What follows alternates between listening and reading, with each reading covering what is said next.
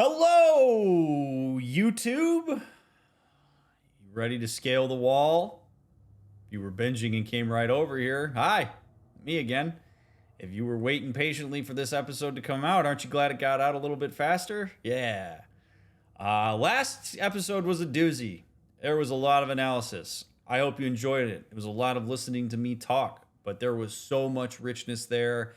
And it was a lot of fun, and it got me real excited, and I have a sense that tonight is going to be very similar. So, as I always request, please leave a thumbs up on this. Leave a comment if you'd like. Engage with the content. It really helps me out a lot. Share it with people that you think would enjoy it or benefit from seeing it. Check out my other playthroughs on YouTube. Come hang out with us on Twitch and follow the other links in the description. I post my stream schedule and go live announcements on Discord, and there's all sorts of cool resources there as well, and we'd love to have you be part of the community over there. It's really, really great to have you aboard. I'm always glad that you take time out of your day or night to watch this. I don't take it for granted at all. I know I don't get to speak to you directly when you're here watching me on YouTube, but please know that your support of what I do means the world to me, and it motivates me to keep on going. So thank you for that. So, without further ado, let's climb this wall! Is that Hugin? Is Hugin your guide? Who? Odin's raven. You know, from Hugin and Munin. These two aren't like the spies we see around the realms. Hugin and Munin are Odin's own weird magical pets. Back at the house, I saw them disappear into his tattoos. Mimir told me once how they came to be that way, how they were normal ravens once until Odin captured their whole unkindness.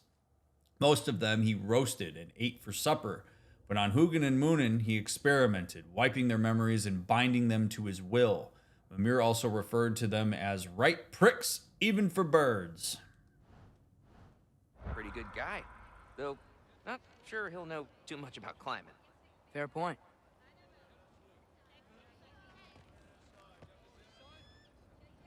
Yeah, so these people all worship Odin. They call him the All-Father.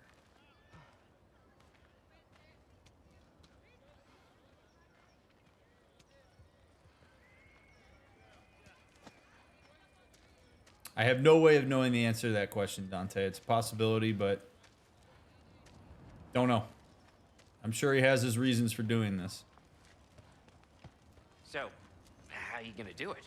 One step at a time, I guess. But with hands. Man, they really did make this thing intimidating as hell. Look at those spikes that are driven into it. I tried to pick that lock for a week. Yeah, don't mind me, dude. I just smashed the shit out of it right in front of you.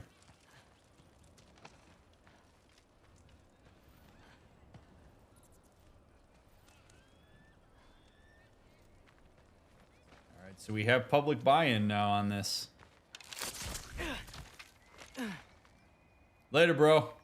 Well, Loki, you seem like a good guy. I really hope I am not about to watch you die. Thanks. Me too. Good thing there's paint on the walls where I can actually climb. Now, as an aside, as this cool-ass music starts, there is a part of me that wishes there was like a hard mode where there was no paint on the walls and you had to actually figure out how to climb this thing. It would be kind of fun to me that you would like experience the frustration of what it would mean to climb this wall and like really empathize with the determination that Atreus has in getting up here and scaling this and really trying to think your way through it. You know not to look down, right? I like looking down. Shows me how much progress I've made. Wow. Yeah, that's great. Can I use that? I mean, it's a little ironic as last words, but... What was that? Nothing. Nothing. Hey, you're doing great. Remember not to look down.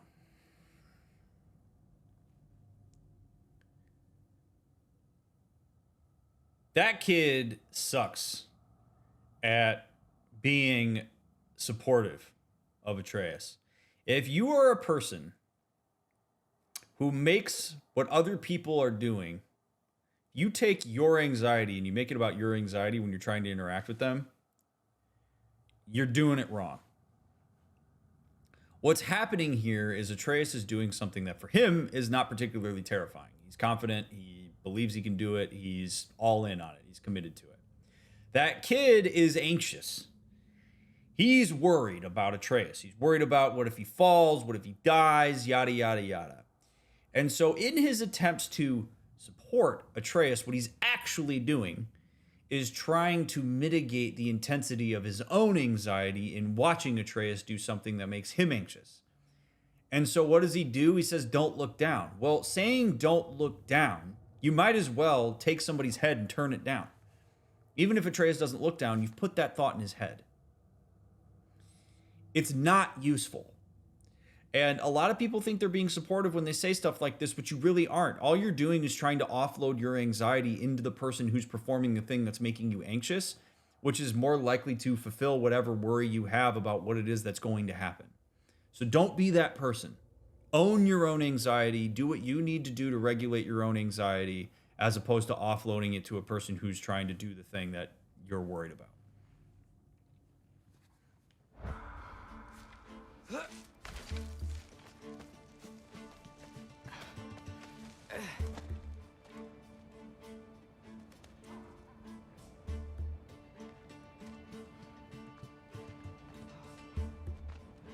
I wonder what's in these boxes.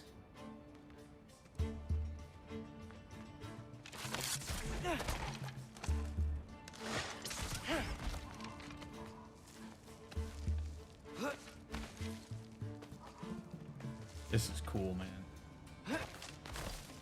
Smaller boxes. Wow.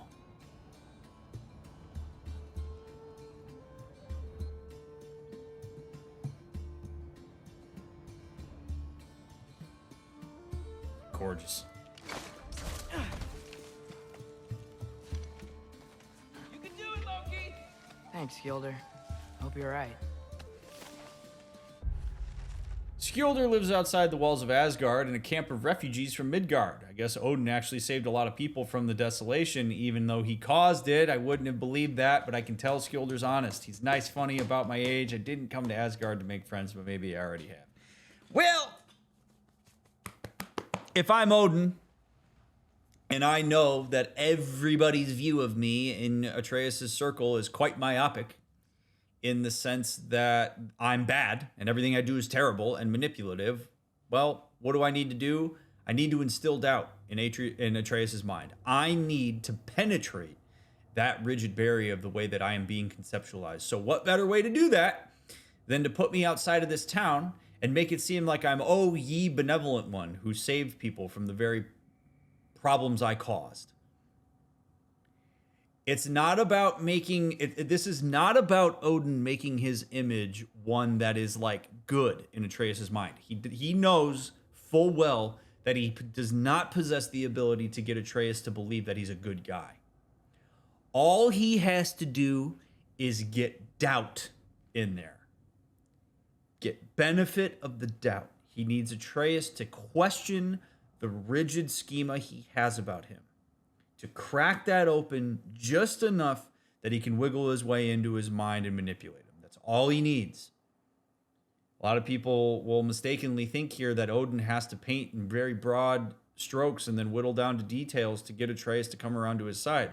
Atreus has already committed to the idea that maybe Odin's not so bad by virtue of the fact that he is here. And so if you can pepper in these little additional pieces of doubt here, you get Atreus to think that he's thinking for himself. The most dangerous thing about this entire thing, chat, the most dangerous thing about what Odin is doing here is he is facilitating the idea that Atreus is thinking for himself when he is not. This is curated. Odin is puppeteering this, but he's making it seem like it's Atreus' idea. He is absolutely massaging that need for cognitive autonomy that Atreus so desperately has. That is the scary thing that's happening here. This isn't actually Atreus thinking for himself. This is something that Odin cultivated. Odin knows exactly what he's doing. He is a master at this. He is a master at this.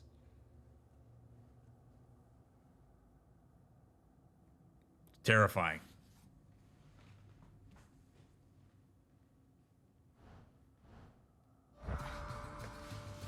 I don't trust any of this. And neither do most of us.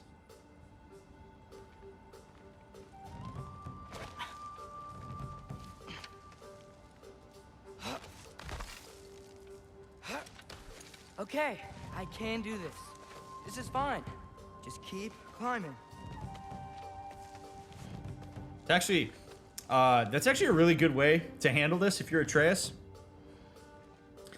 If you've committed to doing something, you don't really want to instill doubt in yourself on this, right? So like him climbing this and saying, I can do this, and focusing on the next step, what he can control, it's actually a really good way to go through this process, particularly if he's afraid of it.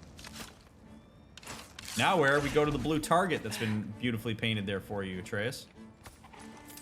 That guy almost made it, huh? Still can't see the top when I look up, which is neat. Hey, Hugin. Don't suppose you'd like to pass the time by telling a story, would ya? Yeah, that's what I thought you'd say.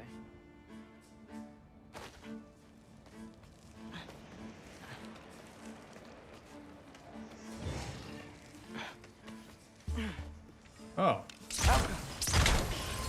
White, up here?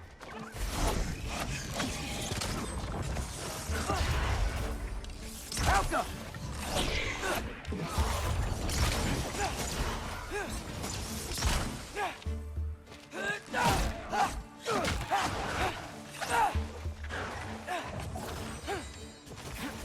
Oh my God. Alka!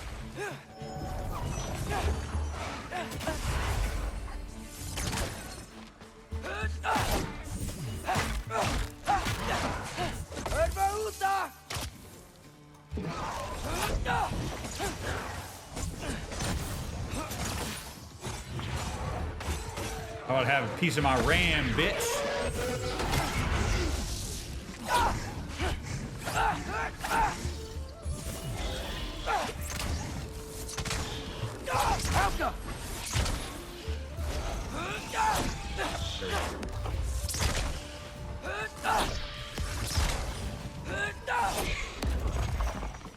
There we go. Surprise! Thank you very much for the 10 months. Yeah, I'm coming. Let's get that chain down. The Alpha.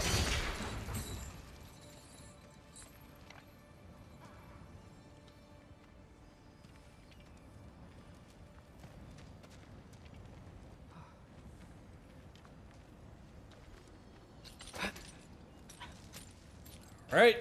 I wonder why I can't hear your thoughts. Sure seemed like Odin could. That was you in our cabin, right?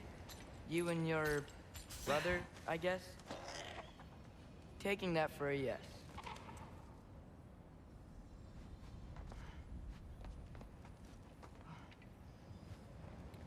Ooh, baby.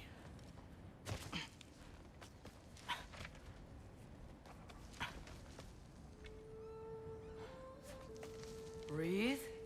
And... Yes! Nice. I bet I'm past the worst of it now. Or not.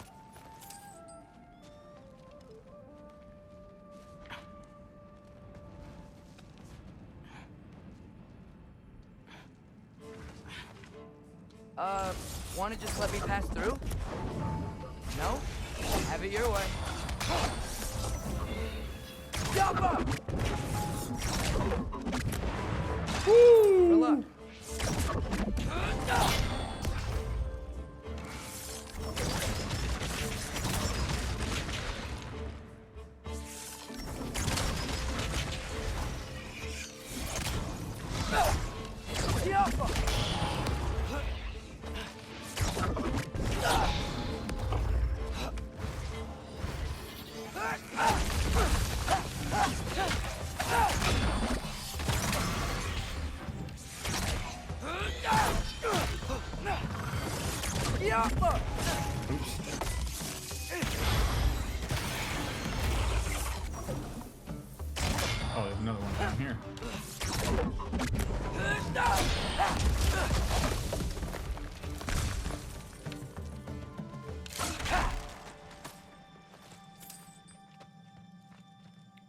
I love the way the light comes through like that. That's awesome.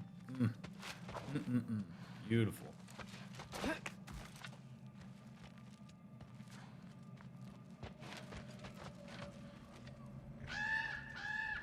Yeah, up. I get it.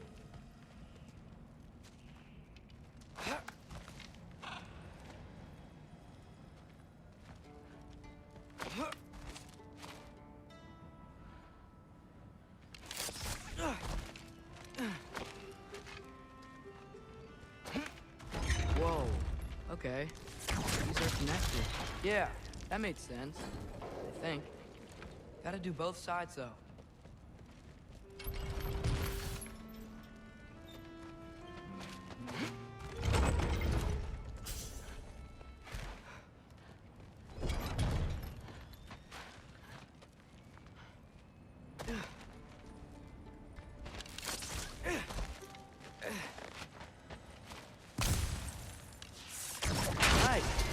Might work.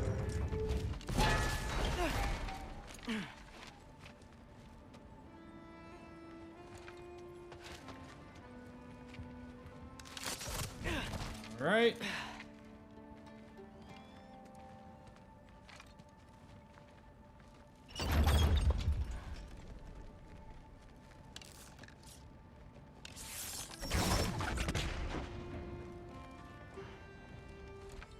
Oh. There we go. Here we go. Oh, baby. Oh, my God. That's the most terrifying thing we've done so far. Look up more wind. Go!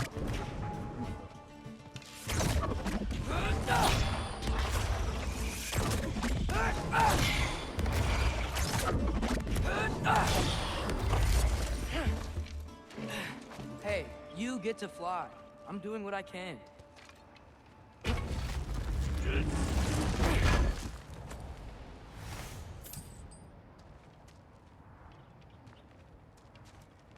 Wow.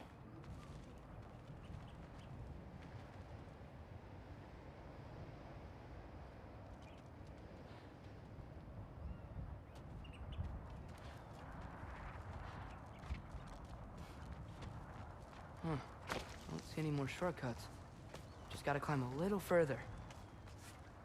Maybe a lot further. But I've come this far. You can always turn around, Atreus. Although I don't really know how you get back to your dad from here, so you really locked yourself in. Hey, Hugin. How about I tell you a story? Once there was a giant named Loki who thought it'd be a good idea to accept Odin's invitation to Asgard.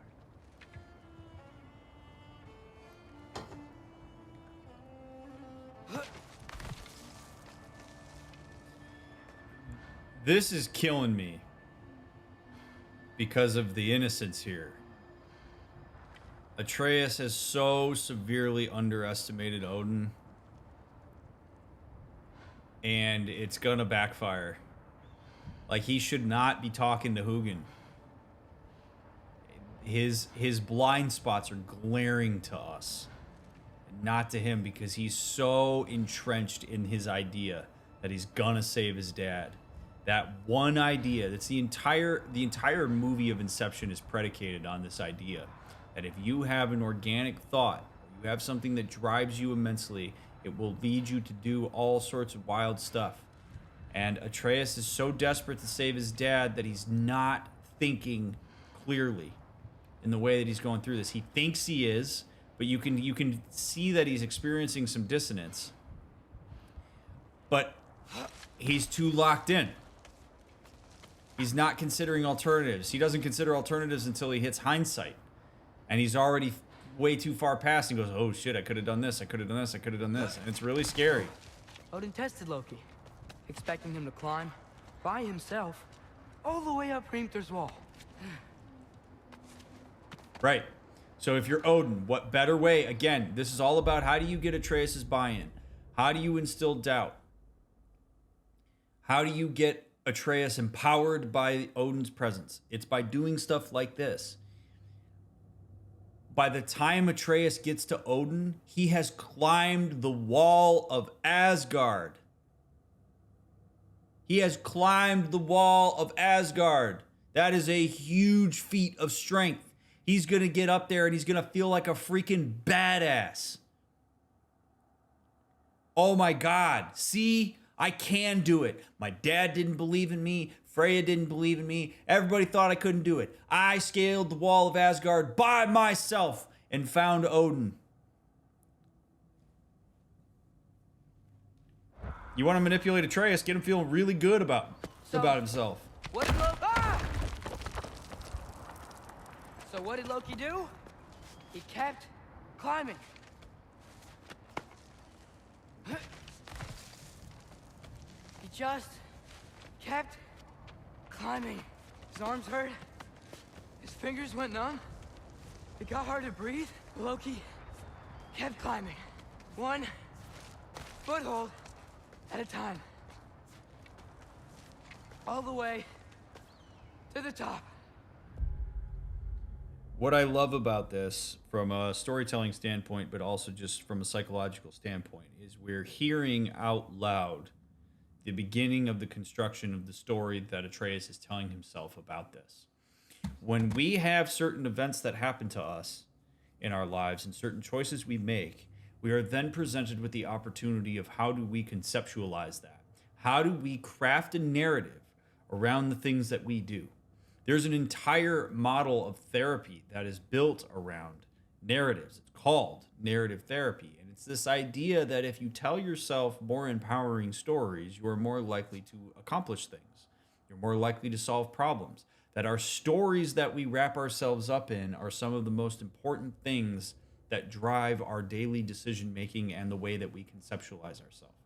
And so we are right now hearing the epic tale of Loki, who scaled the wall of Asgard after being challenged by Odin.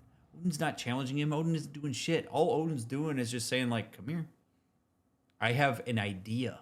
I have this potential. There's not actually anything concrete here for Atreus to sink his teeth into. So he's turning it into this giant epic narrative about what he's capable of. And he's doing it in spite of his father to save his father. What a wonderfully dramatic role to take on. The person who saves his father in spite of his father. What an amazing way. The ultimate form of caretaking and empathy. That's, again, what makes this so terrifying, is we're hearing it and it's being cultivated by this situation without Atreus realizing that this is him being manipulated. He's not crafting this.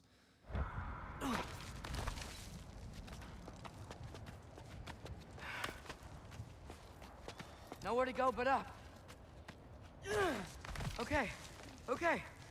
Keep going. He's not wrong, because going down would be even harder. Stop now.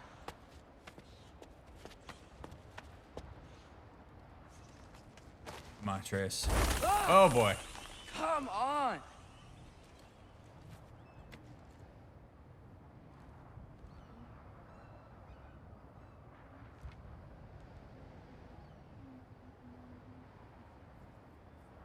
Alex Harnold, or whatever his name is, that climbed Yosemite without any like rigging on, is like, yeah, I could do this. It's not even that hard. Atreus didn't even take the best route. Wonder what it'd be like to be him and watch this part.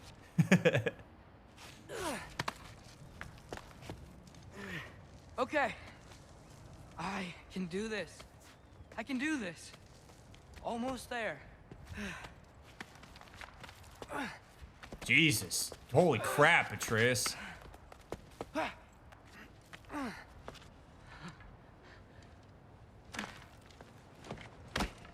Yep. Hello. Hi.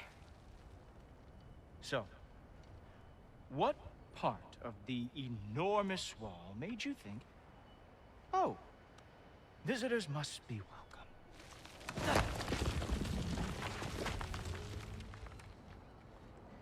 I was sent for, actually. By Odin? The Allfather sent for you. Ha! Great.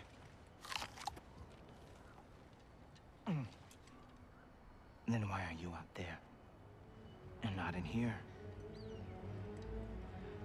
Why don't we ask them together? Ah!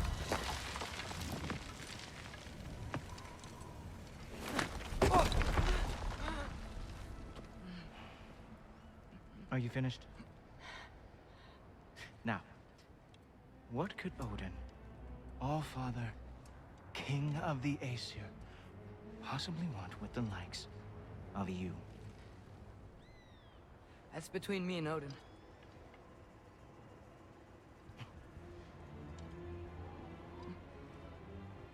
You don't even know, do you? Think you could pull me up, or... No, I don't think I will. I think maybe I'll drop you. No. No. Yes, I'm going to drop you. Goodbye. Stop. Wait. Think how mad the Allfather's gonna be when he finds out you killed his guest. Loki of the Jotnar?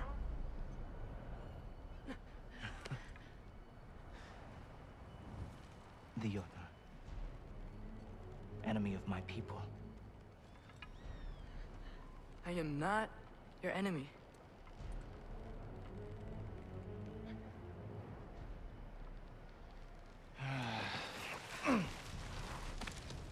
I will be the judge of that.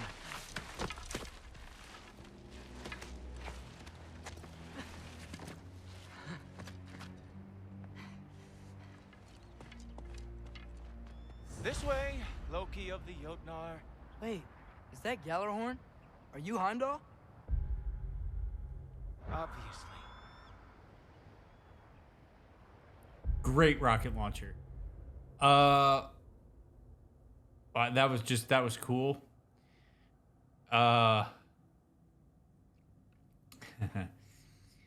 So the only thing that I want to say here after that exchange is that this is further fuel for Atreus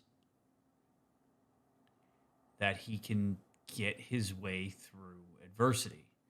Heimdall himself had the opportunity to drop him off the wall, and Atreus talked himself into surviving it. So this is yet another piece that goes into the basket that Atreus draws upon when he conceptualizes this idea that he can make it through anything.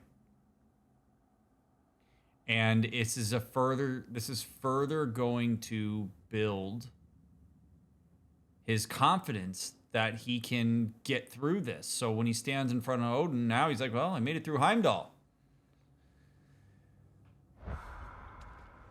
Reinforcement is happening all the time.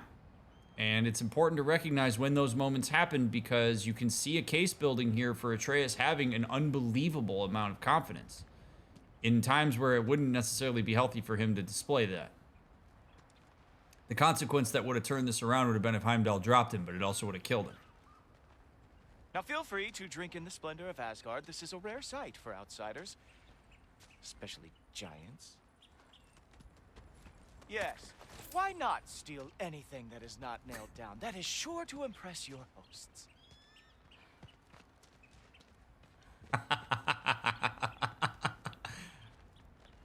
I gotta feed my gigantic sense of entitlement, Heimdall. Just ask your questions already. How'd you know I had questions? It is my job. Next question. What is your job? I protect the realm I love from trouble. And you think I'm trouble? You just met me. And I can already see you are eager to prove yourself. Way too eager. Probably due to an overshadowing father figure you can never live up to. Good guess. I would also guess that you are disrespectful, entitled, and impulsive. You don't know me at all. I help people. Oh, you are here to help people. No. You are here to help yourself. To manipulate and lie to whoever you have to get what you want. I know you're young. Your voice probably dropped while you were climbing the wall, but What a twisted little soul you have. You are chaos in a spiffy archer suit. I watch your mouth move and I see cities burning. Nothing good is going to come from you being in Asgard. Freaking rock on, Heimdall. Rock on, brother. Call him Dr. Heimdall.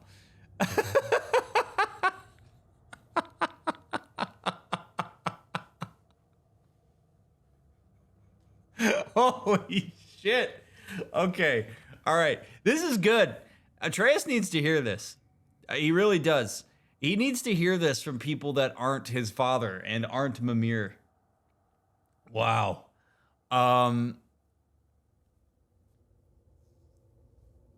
See, because here's another thing about here's another thing about teenagers. I know it seems like I rag on teenagers a lot, and I do it empathically. Because again, it's all about brain development.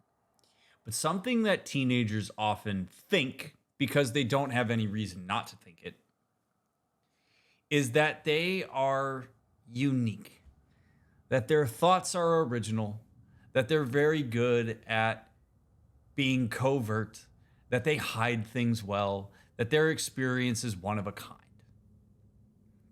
And adults know, nope. If you've thought it, there are hundreds of thousands, not millions of people that have thought about it before. Your behavior really isn't all that unique. Your directives are not really anything that stands out amongst the crowd. The idea that you could have an original thought at this point in your life is basically impossible. And you're pretty easy to read.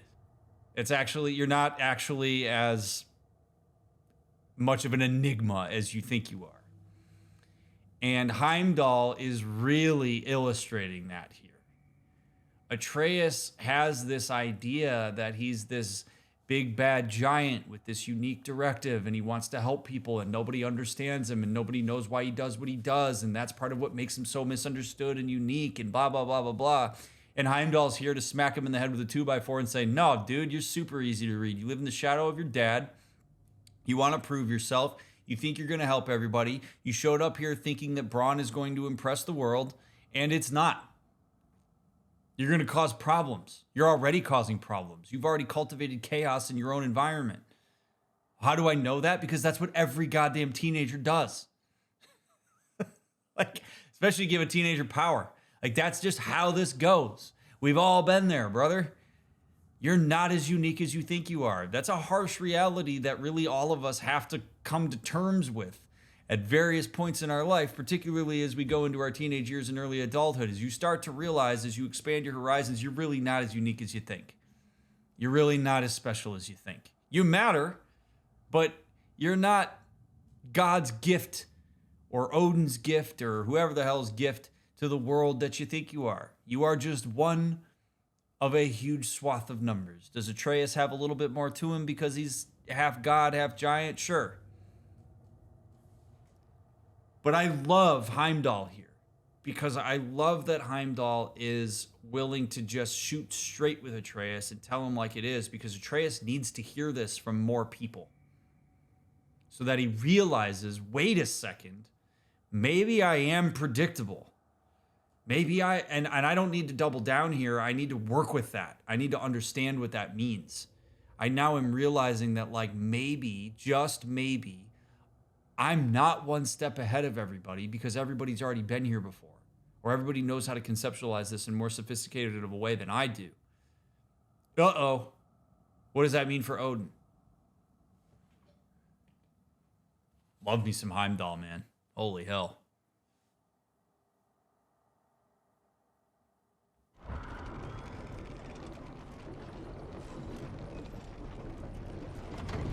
That said, if you are here to aid the Allfather and have no treacherous intent, I guess that makes us allies. And here's the problem with that statement, friends. Atreus doesn't know necessarily what he means. When he says treacherous intent, Atreus is very likely to assume that Heimdall is talking about the same kind of treacherous intent that he thinks would be treacherous intent, and there's a good chance that's not true. There's a good chance that Heimdall's conceptualization of malicious intent is something that Atreus thinks is a good idea. And this is where, like, Atreus has got to be so freaking careful here, because he doesn't know the context he's in. He doesn't know the wider socio-political atmosphere of Asgard. He doesn't know what Heimdall's directives are. He is working with such a limited deck of cards here, it is outrageous. And so the thing that he's going to do to fill in the gaps, if he doesn't engage with every aspect of this moment with curiosity, is he is going to make all sorts of assumptions that are going to completely miss the damn mark, because he's using his own inductive reasoning to make sense of this world he doesn't understand. That's bad.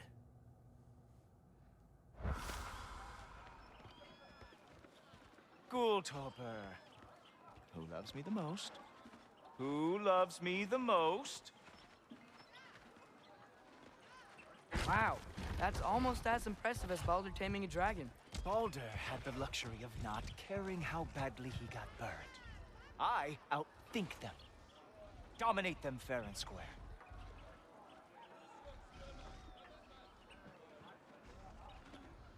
Just want to take a second to appreciate the beauty of this area. Don't mind if I do.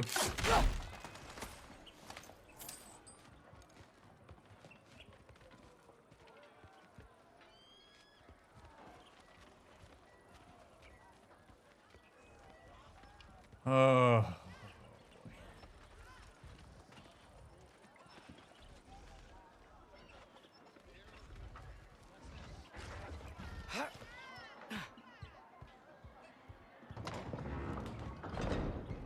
Whoa, are these all Aesir gods? What? You think all Aesir are gods? But Skjolder told me that Oh, only... well, if Skjolder told you, clearly whoever that is must be the authority on Aesir gods, not the Aesir god you are currently talking to. You literally know nothing of our culture, do you? I know lots of things. I know a giant built that wall. A giant built the wall that keeps out the giants.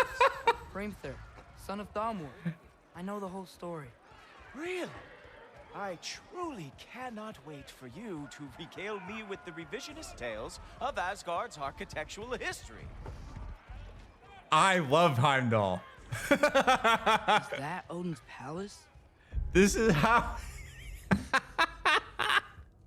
Honestly, this is a great way to engage with a teenager when you have absolutely no prior context. Like, there's more room to mess around with him here. He can hear Heimdall, because Heimdall there's no background here. So Heimdall gets away with saying a lot of shit to Atreus that he would freak the hell out if other people said to him or acted like this with him. Oh man, I love him. He's so great. Palace. Do you think the All-Father needs to puff himself up like some mortal chieftain? I guess not. That is the Great Lodge, which the All-Father built with his own hands. I'm sorry if that is a letdown for you. Real power, you see, does not need to flaunt. It emerges when the time is right. Don't you agree? Ah! Hey! Whoa! Hey! Helmets! I brought you a practice demo. I thought we were going to Odin. You see, the thing is, you do have treacherous intent. So I am not letting you anywhere near the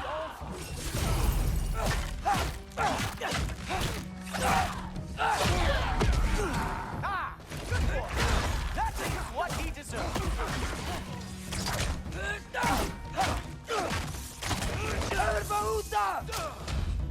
That's right. Show me all of the stupid little tricks.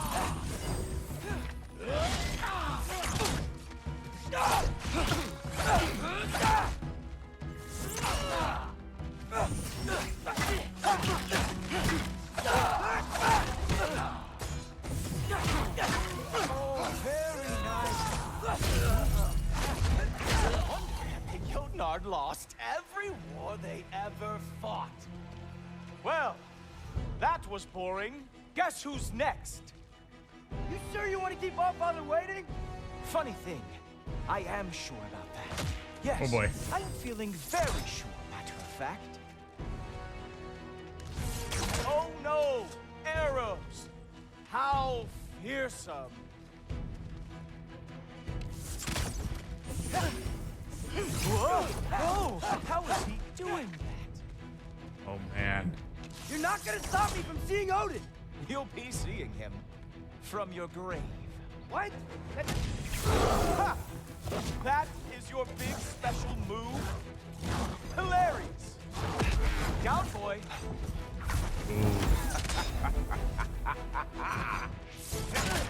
Is that it? Is this all you have to show me, Jotun? Even that didn't work? I am really screwed now.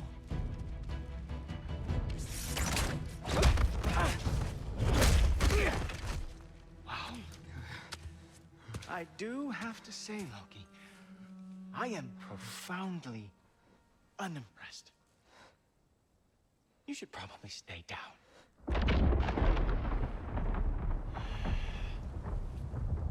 Great. Oh, what a badass. Oh my god. Knock it off. Like it or not, he's Allfather's guest. I thought I smelled something. Take one more step, you're not gonna like how this ends. Really? And how do you intend to stop me? Look into my eyes. You tell me.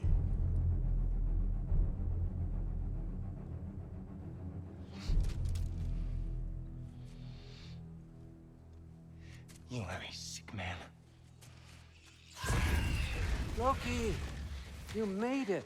I am so honored. I see you've met Heimdall. He reads minds for me. The boy is false, Allfather. This young man, who is my guest, is covered in mud. Care to explain? He means to betray you. Is that true, Loki? You a little trickster? I'm just messing around. Of course he means to betray me, huh? Heimdall? Why else would he come? I've given him no reason to trust me. Not yet. He's so good. He's so good. Oh man. Oh my god. Oh my god. Just first of all, undercut the shit out of the guy who just dominated him. Say that he's honored to meet him, and he says it so casually. And then to just butter and go, of course he means to betray me. Empathy, understanding, nail it, go right in there. He knows exactly what Atreus is doing there, and he can use this to disarm him. Oh my God, it's brilliant. It is so brilliant. You have Thor come in as the muscle, which creates and cultivates this image that this is a serious moment, that Heimdall is making a huge mistake by attacking Atreus. You get Heimdall to back down, you get him put in his place, and then Odin swoops in and says, "Ah, yes, my honored guest, Heimdall, you fucking idiot." Oh, it's brilliant. Because, yeah, he doesn't have any reason to trust me, not yet. Boom! He immediately pierces the veil here. Atreus is going to buy into this, and he's going to bite really hard, because this is just exactly what he needs to hear. Again, he's empowered. He climbed the wall. He made it. Odin reinforces this. The one person who was trying to get in his way is now being singled out as the problem here. No longer is Atreus the problem. Yeah, of course he wants to betray me. What better way to disarm than to immediately empathize with the reason that a person is there, even if it means it's against your own survival. Maybe it's your own demise. This is beautiful, the way that this is teed up. I love this. I hate it for Atreus, but I love this. It's amazing. He's got some very big questions. And I have so many answers to give. What are you up to? Dismissed. Go. Gladly. And you, clean yourself up. What a great... Oh, man, the power. Oh, Father. Oh, Heimdall, will you just relax? Were you intending on killing me first thing? See? What, that's not good enough for you? Get out of here. Oh my God, it's so awesome. I love every second of this.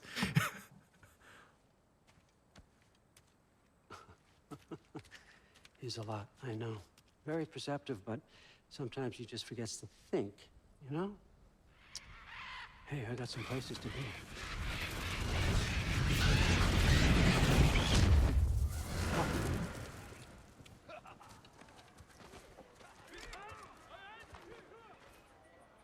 So how'd your father take the news that you decided to accept my invitation? I don't think we should talk about my father. Not well, huh? Can't blame him. Between my ex-wife and my disgruntled former employee, he's not exactly getting an unbiased view. But you're curious, open-minded. That's important. Y'all, okay, like literally I feel like I could pause after every single line of dialogue, okay? I'm going to try not to do it. I'm going to try to let it play out a little bit because otherwise I'm going to be talking this entire night. Every single thing that Odin is doing right now is calculated. There is not a single bit of the way that he is engaging with Atreus that is curious.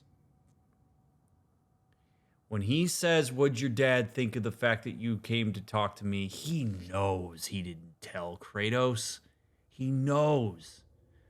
And so when Atreus says, "I don't think we should talk about my father," which implies that he didn't, again, Odin already knows.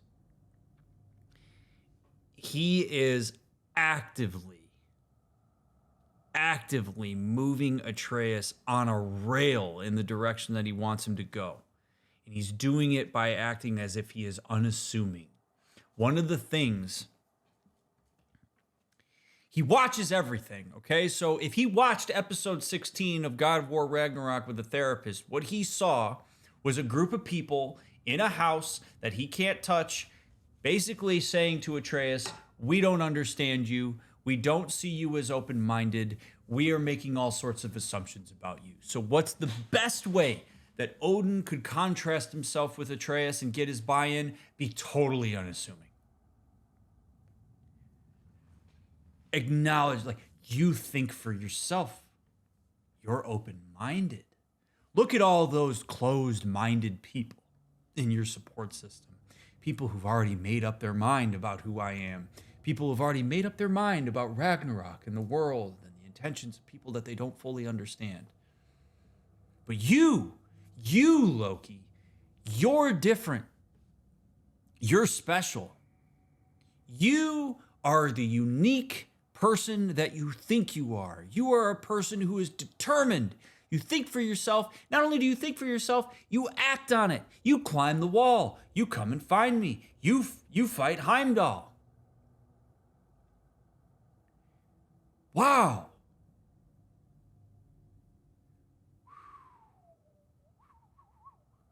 What better way to get his buy-in? That strokes the teenage ego in a way that nothing else will. It's exactly what I was talking about however long ago when I said you're not as unique as you think you are when Heimdall's coming down. That's the reality. But we see the reality from Atreus' point of view as being somebody who is antagonistic. We see Odin cultivating that teenage egocentrism in a way that it feels good for Atreus to hear that.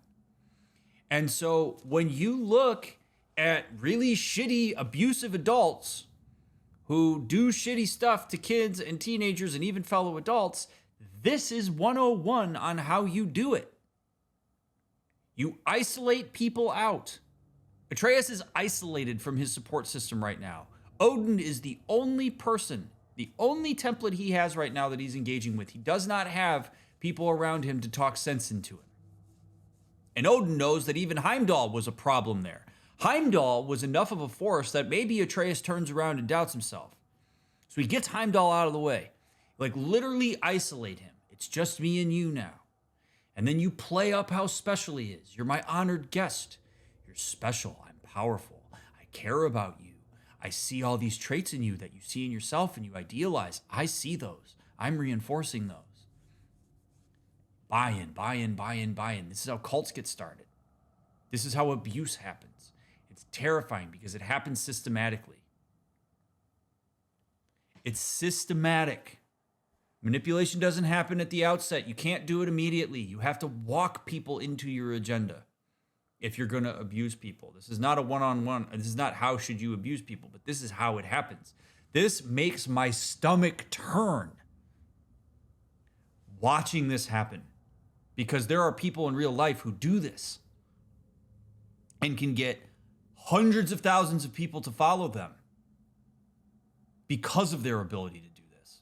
But this stuff, this is absolutely horrible from a perspective of watching a teenager who has no idea what he's walking into be actively and systematically manipulated by a person who knows exactly what they're doing. It's terrifying. Like, this should scare the shit out of anybody who plays this game or is watching this. This should absolutely terrify you. And the thing that's terrifying about this is literally all of us are susceptible to this. The only reason that any of us are even doubting Odin right now is because we have a general sense that he's a bad dude. But if we didn't know any better and he wasn't presented in the way that he was presented early on in the game, a lot of us would fall for this. We might even go like, damn, maybe Odin's actually not that bad. Maybe we're in the wrong. Maybe Kratos is wrong. Maybe Freya's wrong.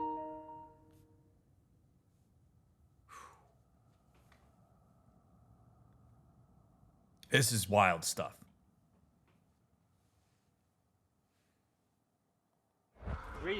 Meest, carry on. Pretend I'm not here. If I'm being honest with you, Loki, you're lucky my offer still stands after you went and sprung Tyr. But I suppose spending time with him is punishment enough, isn't it? At least Mimir never lost his sense of humor. But look, that's all behind us now. I like the... Oh, God. Oh, my God. Oh, my God. Oh, my gosh. What an amazing... It's amazing. It's amazing. He knows that Tyr would have been disappointing to him to run into. He's playing this so casually. That's the power here. The power here, truly, out of all of it, the power here is that Odin is so nonchalant. He is so matter of fact. He is so calm and straightforward and unassuming. This is the kind of thing that disarms people. If he comes in and he's big and he's gregarious and he kind of pulls a Thor, it's a little bit easier for us to be like, all right, you're just a prick.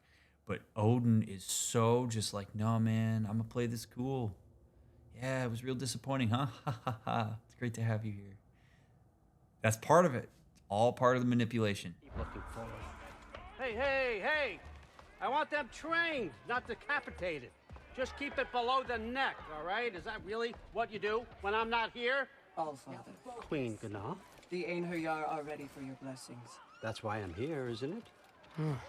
Wow, she looks cool as hell. Great soldiers, these Einherjar, but they tend to come out of Valhalla a little foggy. I do what I can for them, help them remember who they were in life. That's important, don't you think? A sense of identity gives things meaning. Moon Thinafen, Hrothgar. Moon Thinafen, Worm.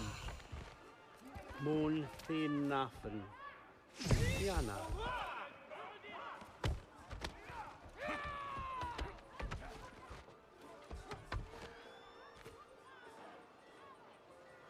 Okay, next up.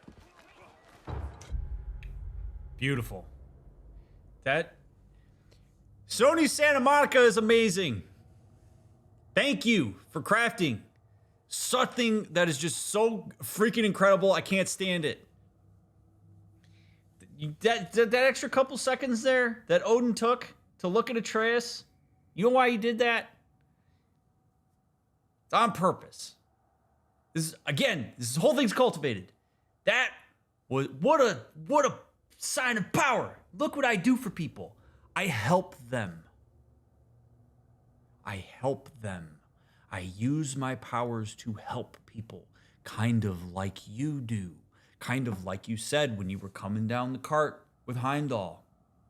I'm just like you, Atreus. I have powers that I use for good. And he's tracking Atreus' response to that, because Atreus looks at that and goes, whoa.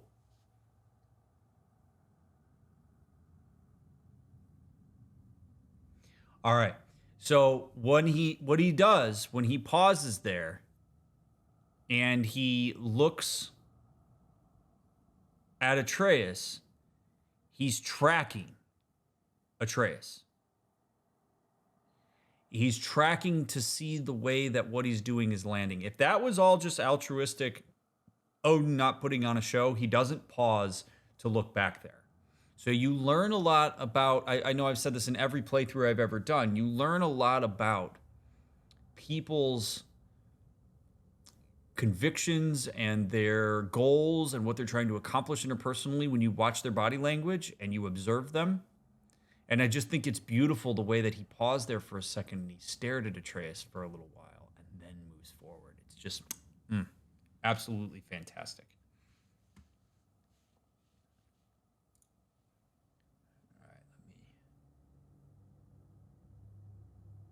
All right, cool. We're good.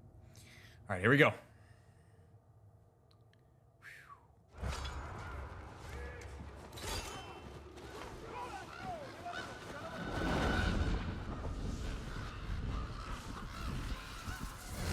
The books. Good. Those are for him. I understand you're an avid reader. These are just a few things in my personal collection. Thanks. Jurgen, those better not be mushrooms I smell.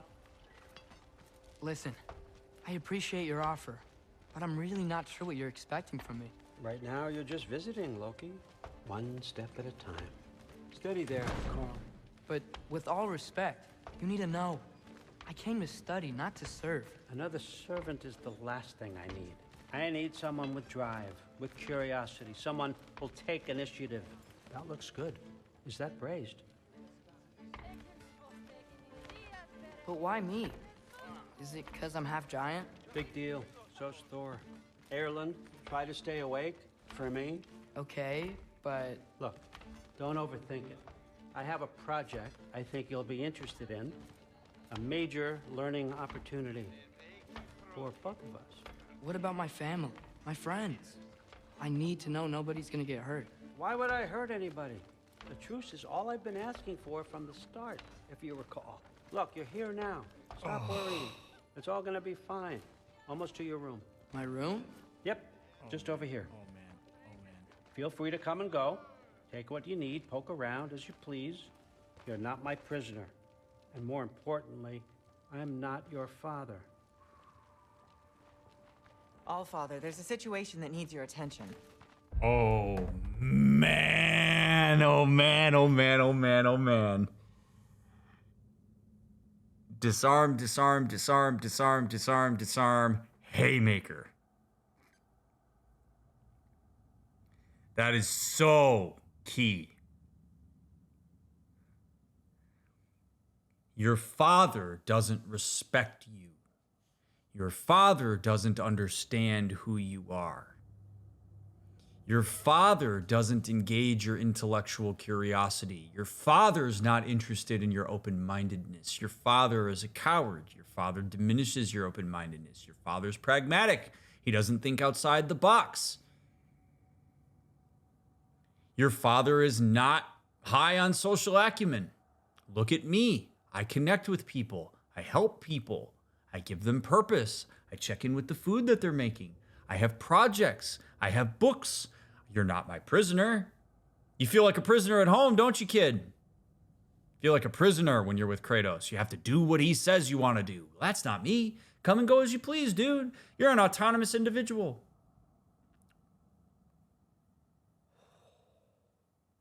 And that distinction between himself and Kratos is a big one.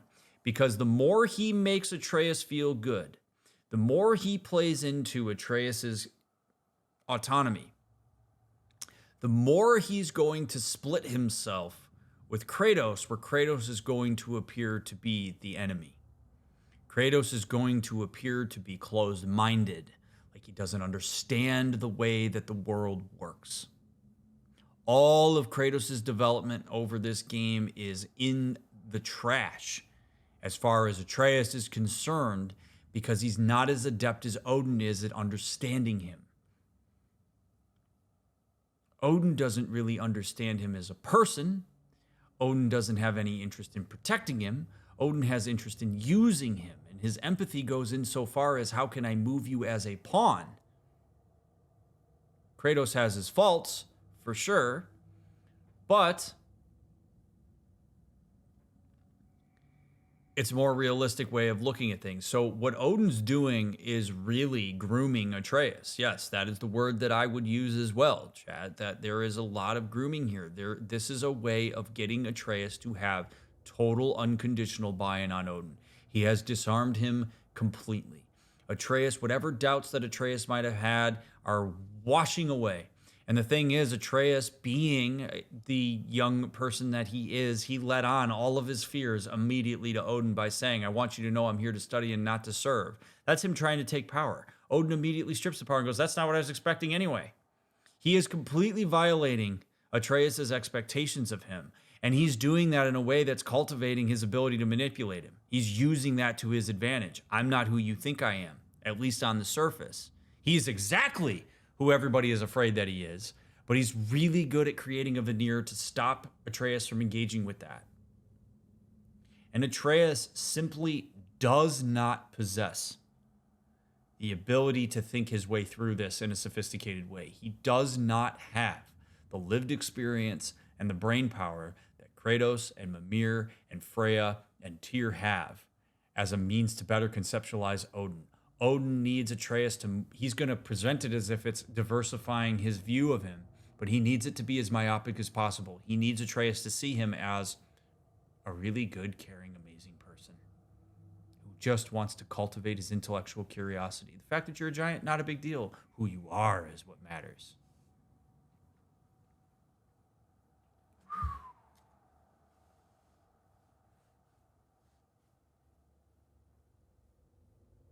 Sif, you missed welcoming our new house guest. Say hello to Loki. This is him? Here. In our home. How nice. My diplomat. Everything all right in New Midgard? The refugees are fine. The situation is with the dwarves. You know who is back. Yeah, it's always something. Put those books down. We got another stop to make. Sure. Meeting Sif was really uncomfortable. She was so icy towards me, I started to worry she knew what I did to Modi. But I know nobody saw that. It's bad enough that she blames father, and now I'm in her home. If I know what's good for me, and I think I do, I'll just stay out of her way. Oh boy.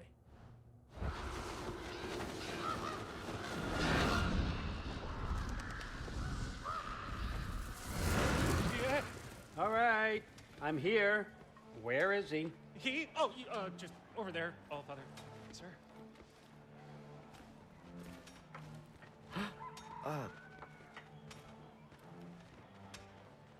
Chief, it's been too long. What's the issue now? No issue at all if you're trying to build volatile death traps.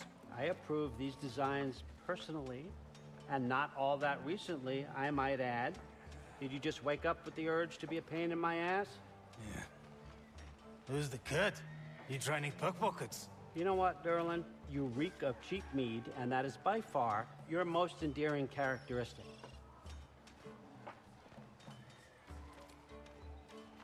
Now listen up. It's me, your entire economy, speaking. I want you to know that I have confidence in you.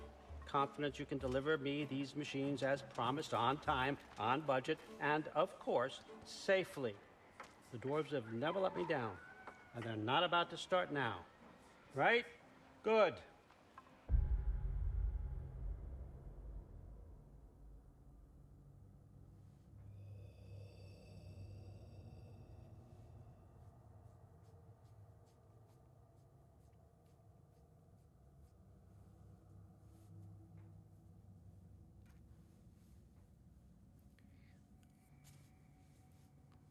Okay. I'm going to talk about the bad version of this, and then I'm going to translate it to the good version of this, okay? One of the...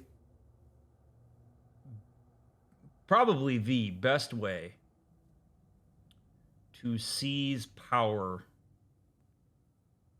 interactionally is to know and understand the context that you are in. And what separates people who are socially adept from people who struggle socially are that people who are socially adept are generally able to bob and weave their way through context. They observe the various variables that combine to make a certain setting what it is, and they play to those things as a way to navigate it efficiently and to hold power and control in those moments. And in every day, and the day-to-day, that's not a bad thing. That actually can make it so that your anxiety in social situations isn't as high because you're actually reading the room and you're responding accordingly. Now, if you use that for good, you do that as a way to connect with people. You do it as a way to empathize and listen and be curious about. If you're a person who wants to wield power and use it for manipulation and for bad, so to speak, you do what Odin just did.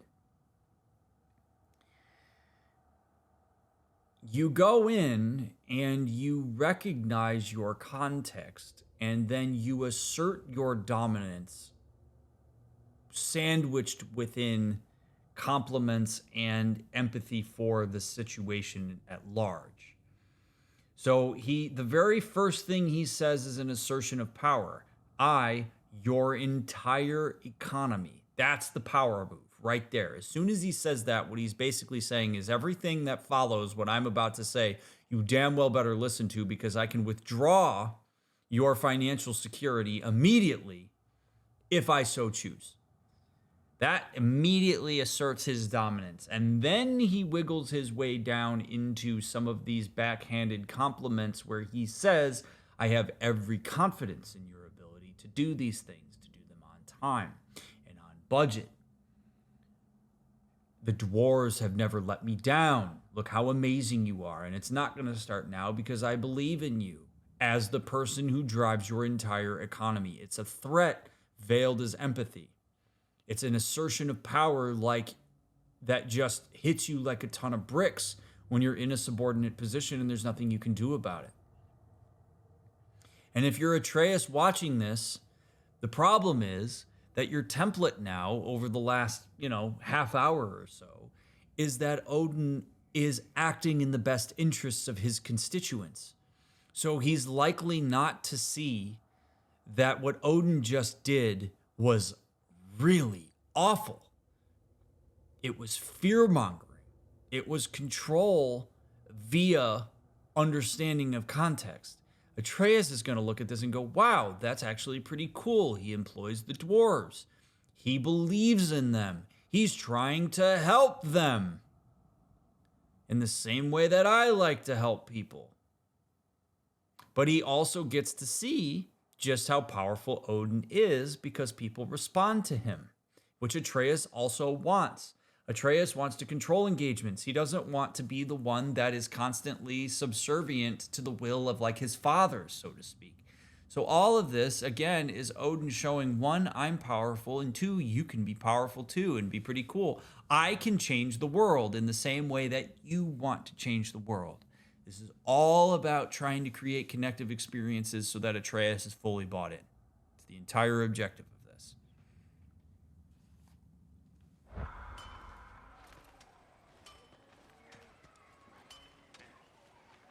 Also, smart move by Durland not acknowledging that he knows Atreus.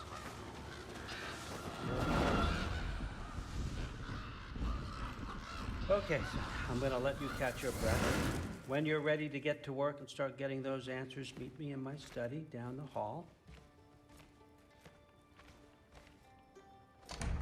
Oh, and help yourself to a change of clothes.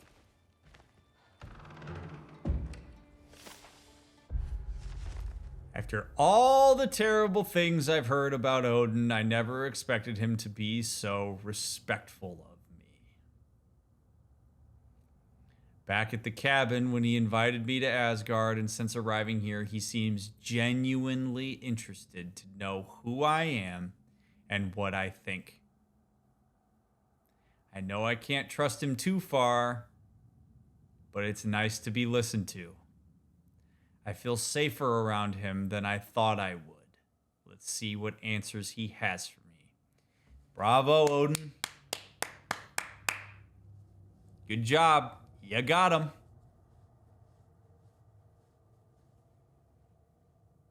As Anakin Skywalker would say, it's working. Yep. Yeah.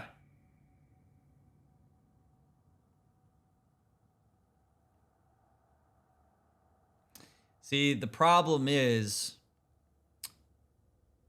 I know I can't trust him too far.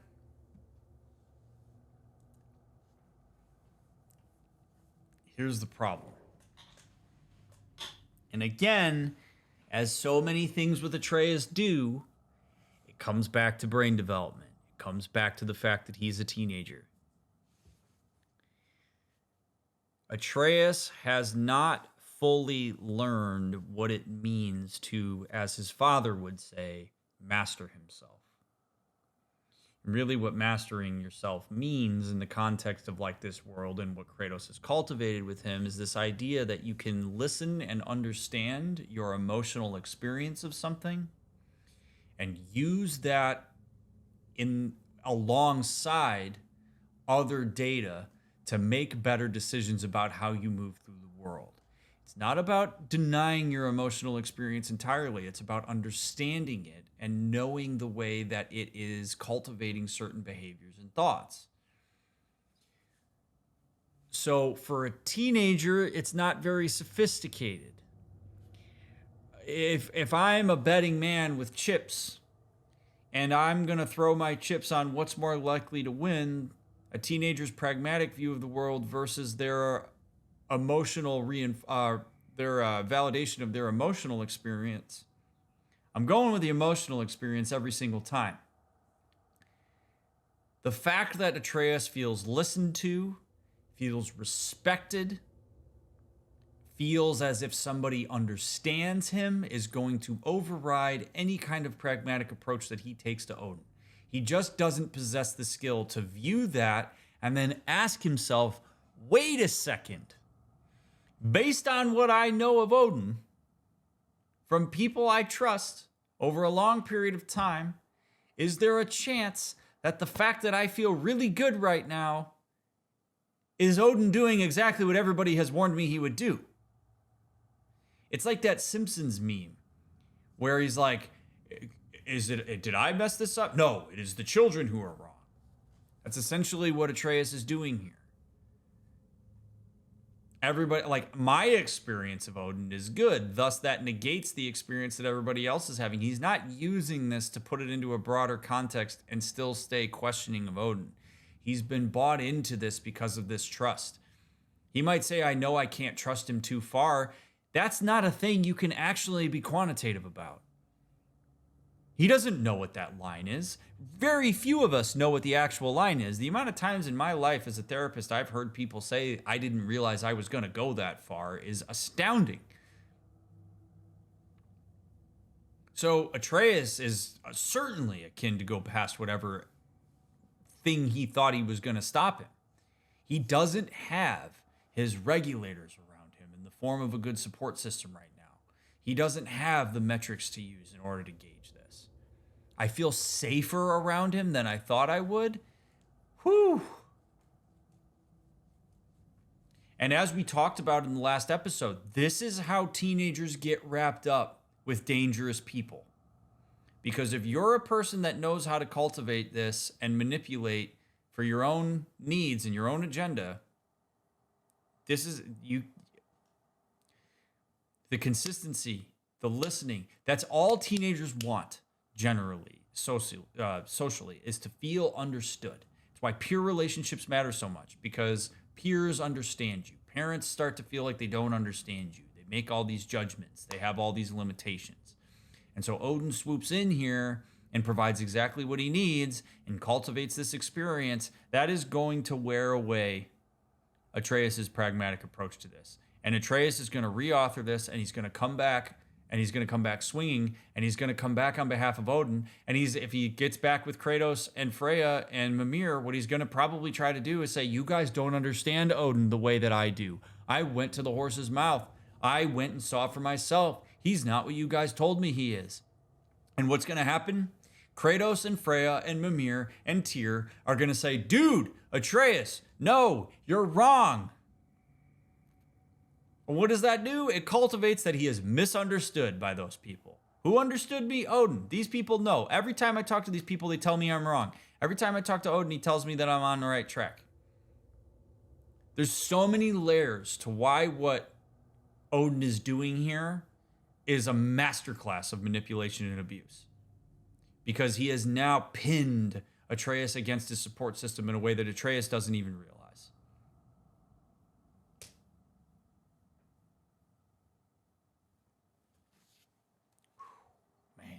Man, it's painful, man. It's really painful to watch.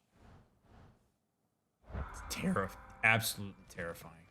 And now he gives me new clothes, right? So now shed yourself away from the outside world. Again, buy yourself into this environment.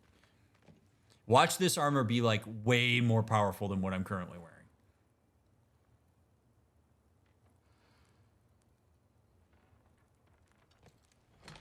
Yep, exactly, Dante. Here we go. Armor crafted by the smiths of Asgard and fitted perfectly for Loki. Guess I could try this on. Has less mud on it anyway. An Aesir bow. A bow fit for a prince of Asgard. Nice.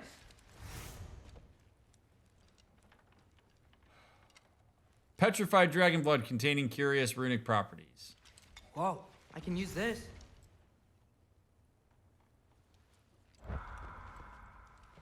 Huh, nicely equipped.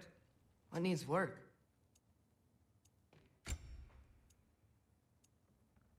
All damage dealt is increased while runic arrows are fully depleted. Sigil arrows deal increased status.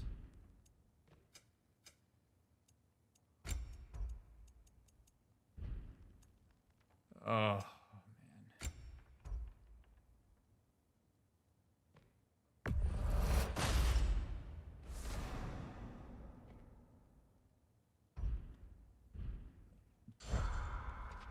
Oh, man.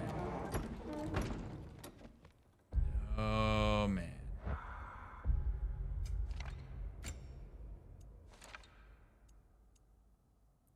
Oh, that's some badass. That's badass, man. God, that's cool as hell.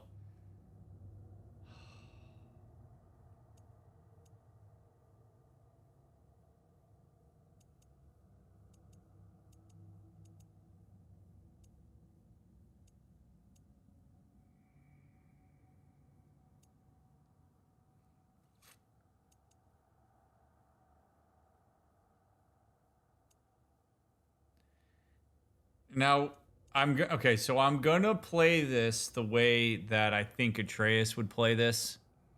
I personally wouldn't put this on, but I know better.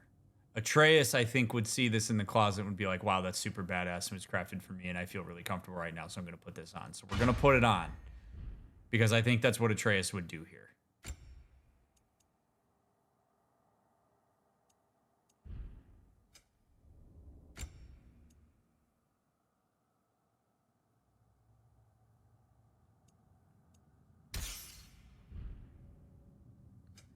But I don't like it.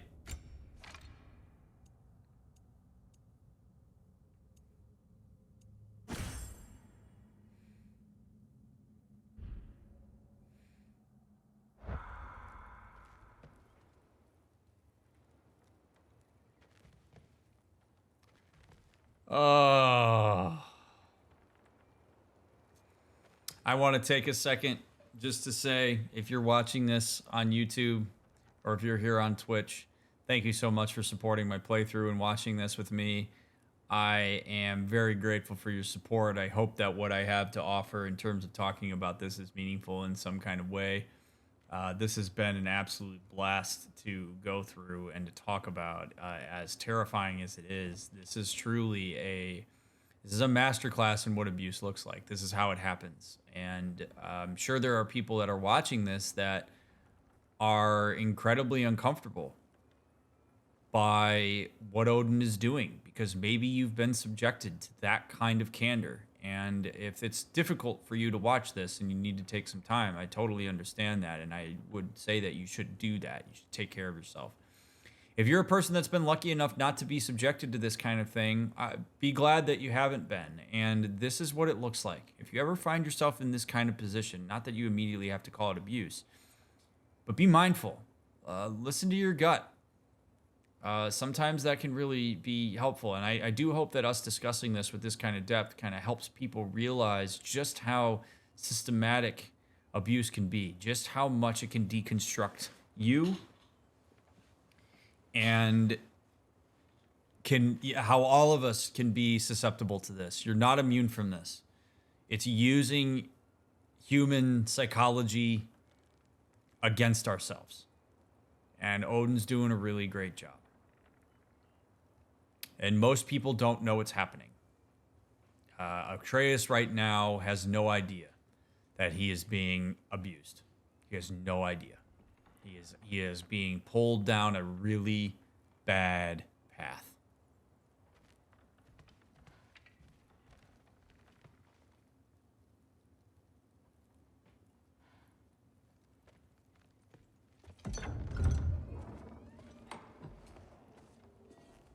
Whoa!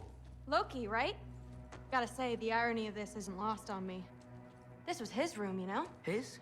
My brother's. Your brother? Modi? Ah. About that. Your brother. Really? I had no idea. Uh-huh. What a power move by Odin on her. Guys, I know. Broader context.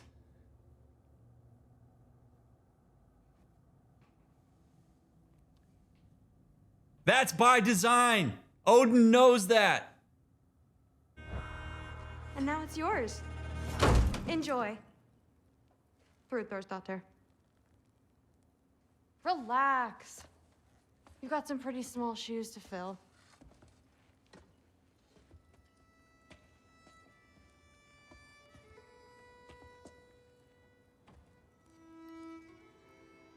We're better off without him, Loki. Trust me.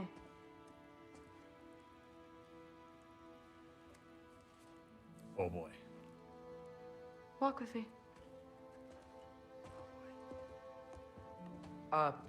Don't forget your sword.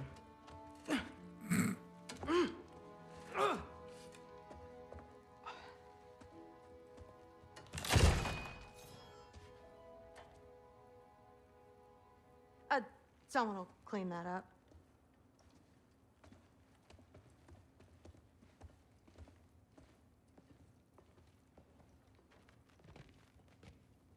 So, what kind of sword is that? It's new. One of a kind. My father gave it to me for Valkyrie training. You're in Valkyrie training? Got time to talk about it? I was just heading to the Great Hall. But if you need to go to work, grandfather's study is just down those stairs. Okay. So it's very interesting to me that she has that perspective. I don't have a lot of context on her relationship to her brother. And so maybe it's not a great relationship, and maybe she is glad that he's gone and it's not a big deal. It is a bit interesting to me, though, that her perspective on this is that we're better off without him, because it makes me wonder the extent to maybe which she has been pushed to believe by being subjected to what Atreus is being subjected to. Like, I really, truly have to believe that every single person here has been subjected to the same levels of manipulation from Odin that we are. I just don't have... He doesn't get the benefit of the doubt from me. And it makes really everybody here, it makes it very hard to connect with them and to trust everybody here, because I always am wondering to what extent did Odin cultivate what's happening.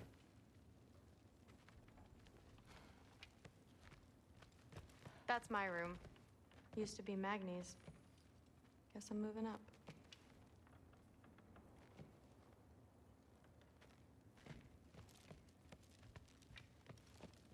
You don't want to bother Forsetti. He's all work.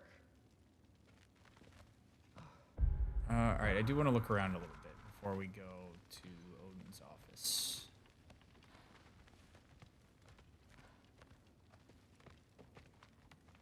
So how do you become a Valkyrie? First, I train till I'm the best I can be. Then I wait till Grandfather notices. And then I hope he and my dad can convince Mom it's okay. You know, my father and I, we encountered a whole bunch of Valkyries. Wait, what? Where? Promise to tell me everything. I promise. Not sure how long we're meant to handle this. Please do not involve me in your pathetic attempts to impress one another. Huh? Come on. You haven't had enough Heimdall in your day? Let's go. He'd somehow gotten it into his head that someone was trying to poison Thor. Not Aesir. What a roundabout way. Something suicide that would be. Poison Thor. Why not try to destroy a mountain using a soup spoon? That's what I told Forsetti. Except more politely, I'd assume. Don't accept considerably more politely, yes. Anxiety. Didn't do much to dissuade him, though. He seems, well, I'd say paranoid, but more than usual. Yeah, can't blame him, I suppose. Anything else to report? Saw Forsetti the other day. Yeah. How tragic for you. What was he doing? I'm so investigating the kitchen. For what? Yeah. He'd somehow gotten it into his head that someone was trying to poison Thor. Body doesn't know how to work or when to sleep anymore. No, there isn't. Yeah, like the honey's spoiled. Honey doesn't spoil. Stop being weird. I am not being weird. You're being weird. Seriously. Sif makes eye contact with people all the time, you know. Comes with having eyes. Yeah, but what did it mean? Am I in trouble? You will be if you keep discussing this in her earshot, you absolute idiot. No, I must have done something wrong. I'll get her a gift. Do not. I will. Mother, did you meet Loki? Oh, I'm sorry. I better just get to work. Wait up. and drink. We'll talk about this later. Sorry about her. Mom's, right? So, did you want to look around some more, or do you really need to get to work? I am not being weird. You're being weird. Seriously. Sif makes eye contact with people all the time, you know. Comes with having But what did it mean? Am I in trouble? You will be if you keep discussing this in her earshot. Absolute idiot. I have a thought Do not. I will. Maybe I'll get her. in walking around this room Shut up and drink. that is striking to me. No, there isn't. So I had made an assumption when we ran into Heimdall that if you're an Aesir, that must just be what your eyes look like. But we saw that Odin actively, like, cultivated that when he touched people's faces, and he had made the comment that Heimdall reads people's minds for him. Just shut up and And that he, I mean, my sense is that he essentially, potentially, like, controls him or sees through him. For what? He'd somehow gotten it into his head. I don't know. What stands out to me and what feels weird here is that these people sitting at this table and her do not have those glowy eyes. I don't have the glowy eyes. These two don't have the glowy eyes. But you know who had glowy eyes? Tyr. I realize his glowy eyes are gold, but he has glowy eyes. And so I want to know more about what these glowy eyes mean. And Mimir has glowy eyes.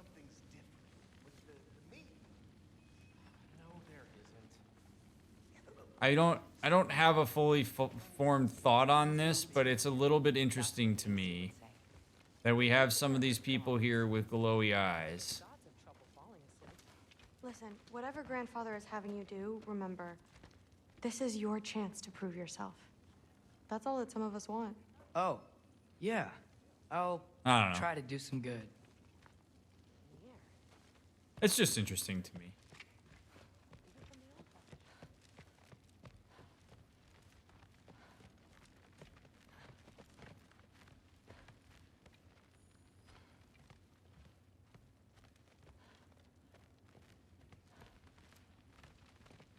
All right.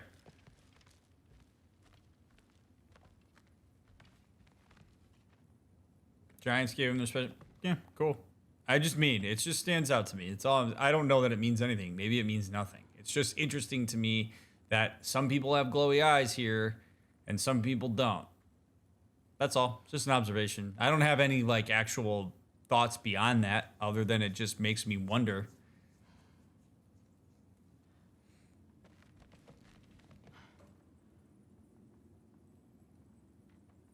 Catch you later. They give the lore things at the bad times.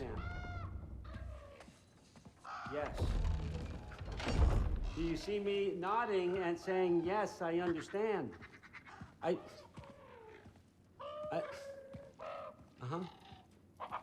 Yes? Yes, all right. Mm-hmm. You see, this is you not letting me talk. No, Hugin, I don't need my ears cleaned. I need you to stop croaking and accept the answer you know I'm about to give.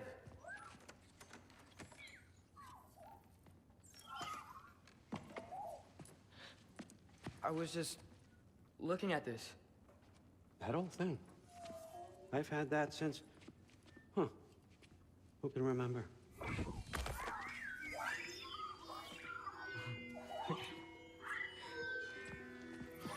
You have a name?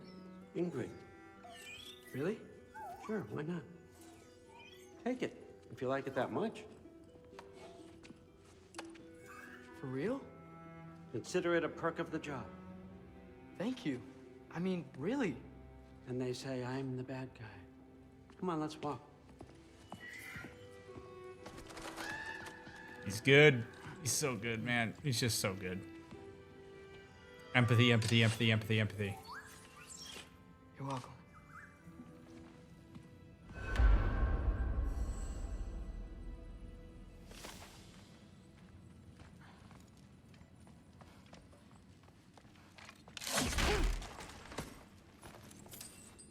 Steal from Odin. Walk with me, please. Just right out from under him.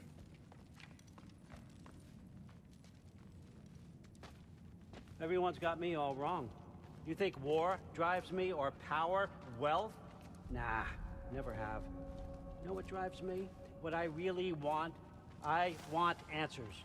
Same as you. See, mortals have it easy. When they push up against life's big questions, they can look to us. They give them meaning, divine comfort. We both know that's a sham. But when we have questions, why are we here? To give meaning to mortals while living without it ourselves? No. We're more than that. And I found something that proves it. We.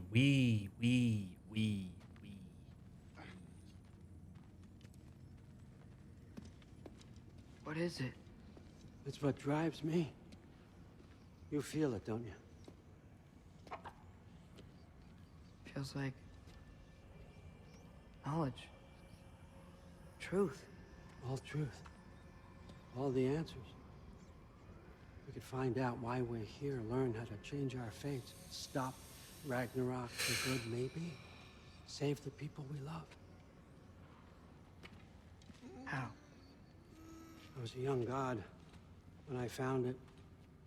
Spent lifetimes studying it, following every clue down every dead end, looking for and finally unearthing this. You see that? It shares the same mystical energy.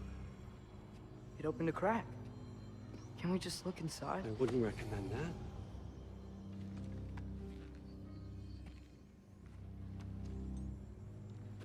What's the broken mask for? Recognize any writing on it?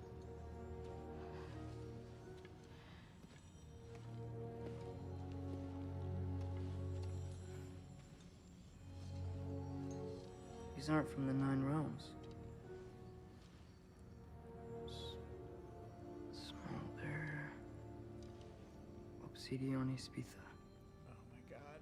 From smoldered earth and obsidian spark. Oh my god. He's assuming that a field of battles never fought. he assumes that Odin already knows what it says.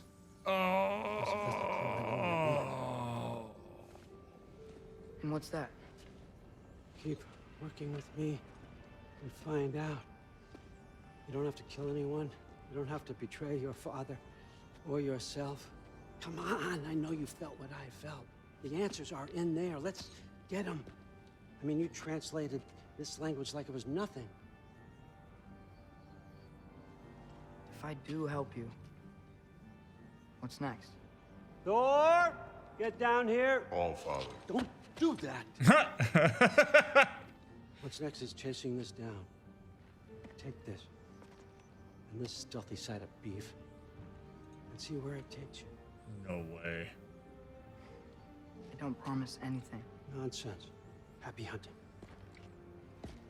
And you, go easy on him, you hear me?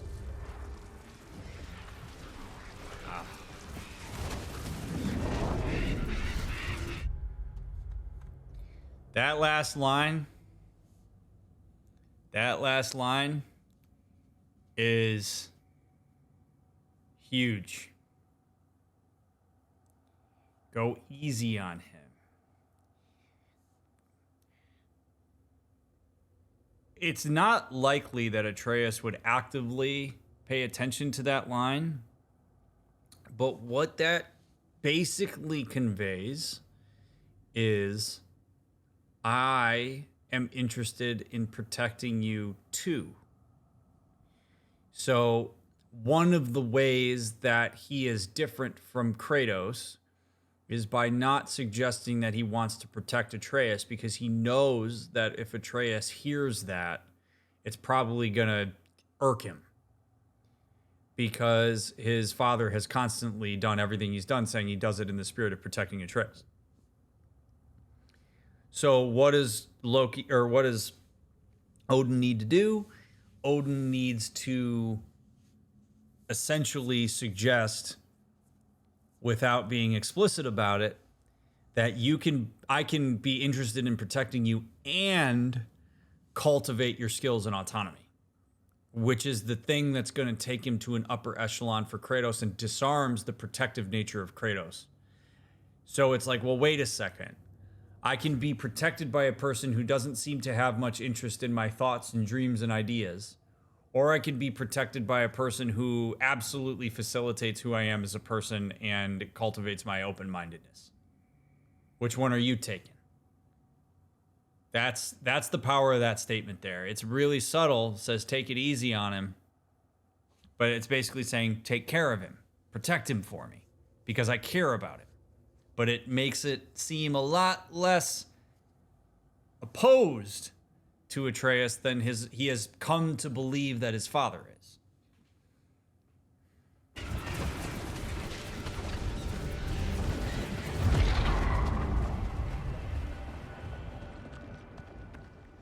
Muspelheim? The rest of the mask is here? It's where all father dropped us. What do you think?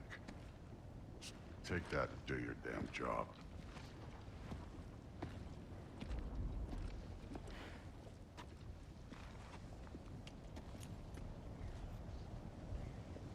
So, where are we going? How the fuck am I supposed to know? Allfather thinks that you know what you're doing, so do it. Whoa. We are really going on a mission with Thor.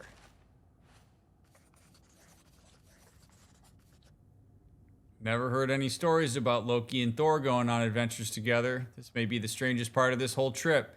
Thor doesn't seem happy about it, or anything else for that matter, but it's what Odin wants, and that means Thor will do it, even if he'd rather smash me with his hammer instead. Hopefully while I'm here I can figure him out a little better.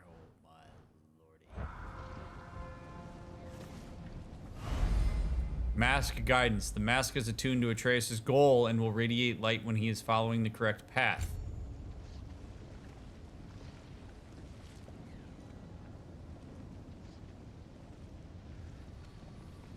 Weird. Well, it seems like we go through this rock. We're gonna get that. With those arms?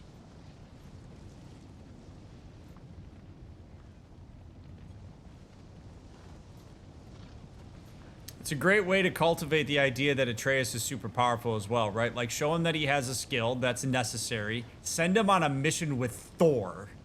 What better way to make him feel important, to cultivate the very thing that he's been trying to cultivate? Like, I want to make a difference in the world. I want to help people. I can help my dad. I'm on a mission with Thor. I'm big and important. I know I'm kind of beating a dead horse with this, but it's really amazing how consistent this is, because this is what's going to get Atreus fully bought in.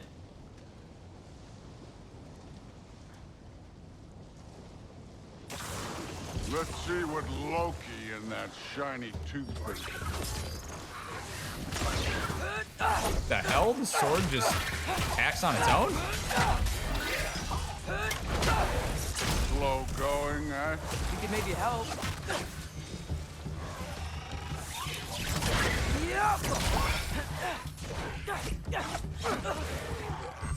Oops, hit the wrong button. Oh, Ingrid, nice move.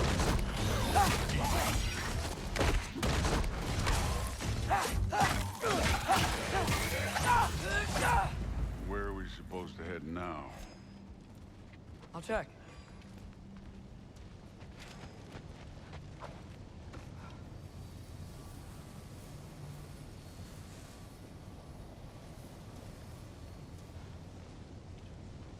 Up there.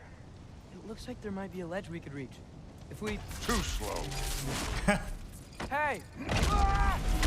That's so badass. You can't just grab people like that.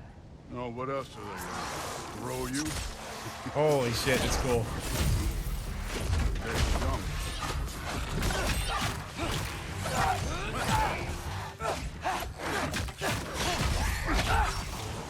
Do a rock drop!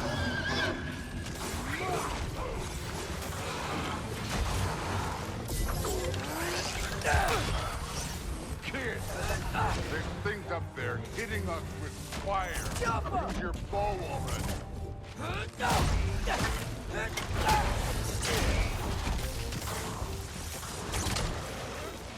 It's your fault if you get hit by fireballs.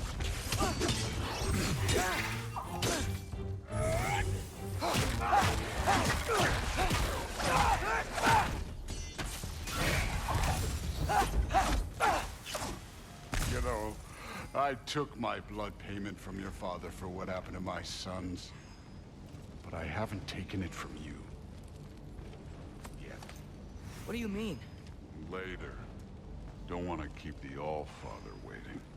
Speaking of which, mask. Right. Kind of amazing that even Thor is like afraid of Odin.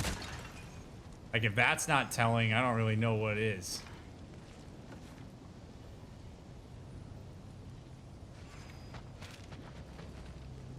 I want to check here real quick.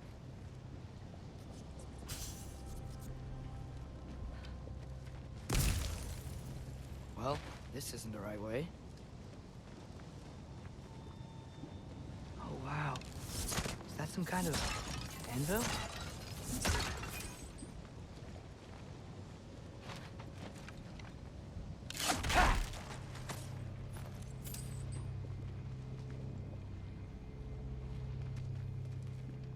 If it ain't there, let's keep moving.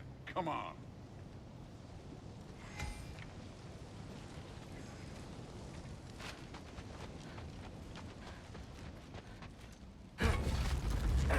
Really want to know what like Atreus and Freya, or what Kratos and Freya are up to right now too.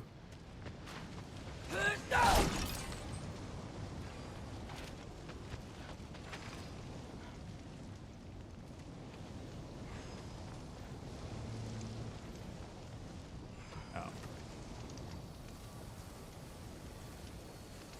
We need to head through those rocks. Hey, can you... Chuck Mjolnir, buddy. Yeah, that. Just imagine what it can do to bone. You want to talk about blood payment? What about the giants you killed? They were my family. Thamor, Hrungnir, they were your people too. The giants were blight on the 9 realms, and I reveled in every single one of their deaths. Let's just change the subject. You know, last time Father and I were here, we beat every one of Surtur's trials. Think you could... Don't play me.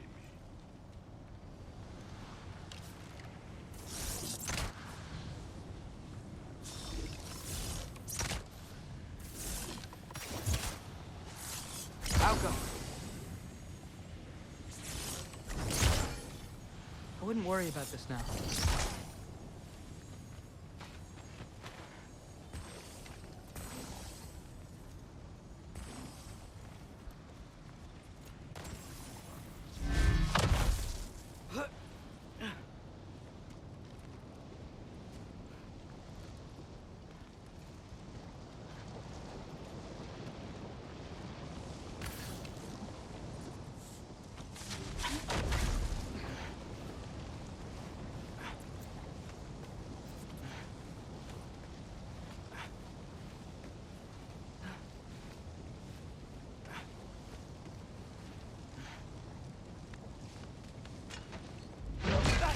Oh.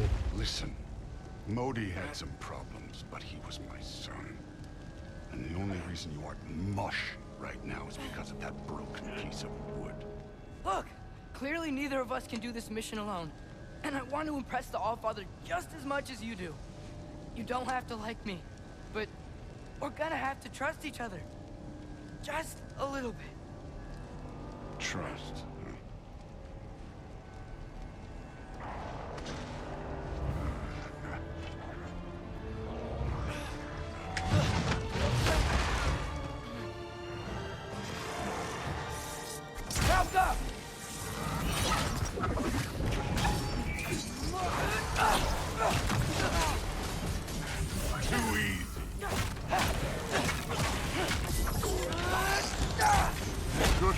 Overall, but not aggressive enough in my opinion.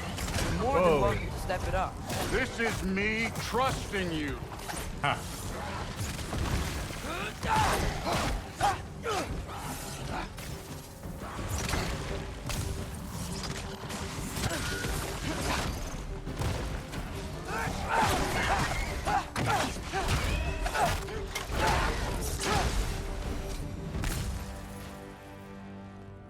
Okay, so where's the mask saying to go?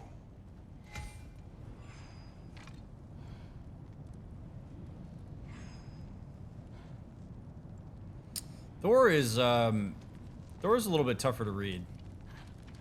He is... Hey, kid, where's the mask pointing? Go for it. I don't have a lot of context on his, like, motivations. Other than he really likes the mask and wants to get the job done quickly.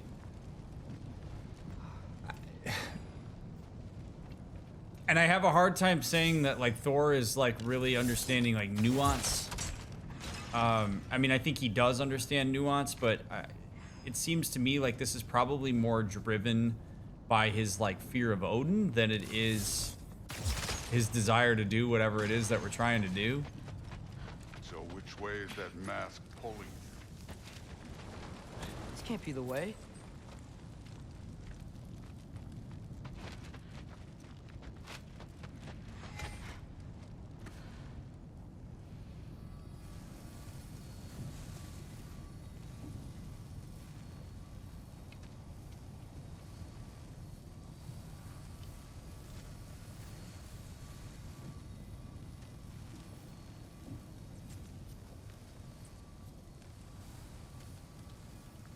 The mask is, pulling this way.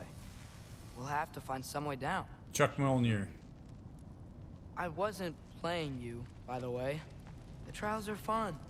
Don't you ever have fun? You're so different from your daughter. She seemed... Hey, come look at this.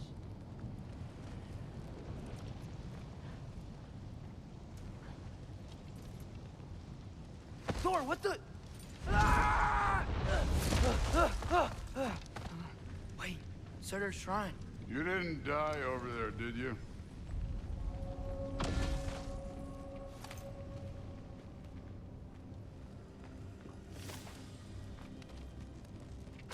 No, but I was thinking... Well, that's your problem.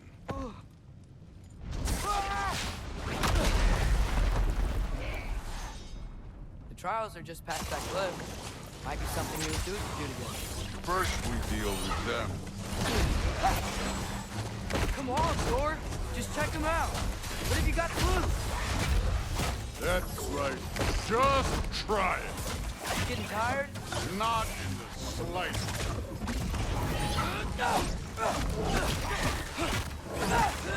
An ogre. Worried? You take this one, kid. Another ogre? Oh, shit. Okay. Maybe a little worried. Can I get some help here? Since we're short on time, I'll humor you.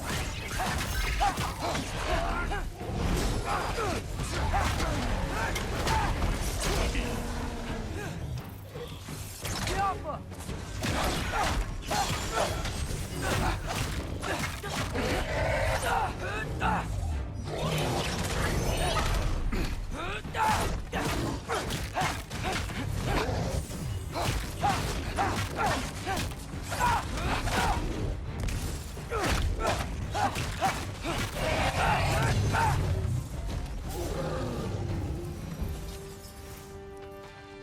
The Allfather's waited hundreds of winters. He can wait a little more. It's fun. Fine. Stay right here. Yes, sir.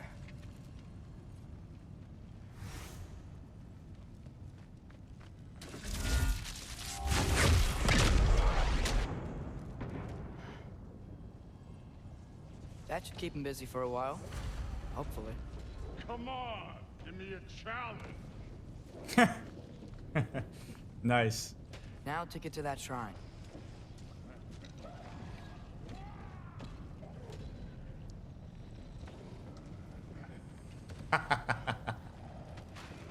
All right. I guess that works. Thor's still busy. I should get to that shrine.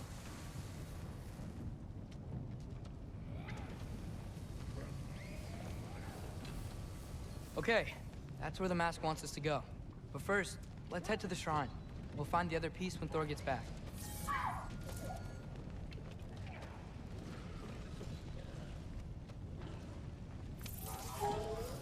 The shrine's there. We should be able to climb down. Or, well, you'll fly, I assume. Hey, Ingrid. Do you trust the Aesir? I mean, I know I can't trust them. I just need them to trust me. But that's only gonna happen if they think I trust them. Yeah. Not wrong.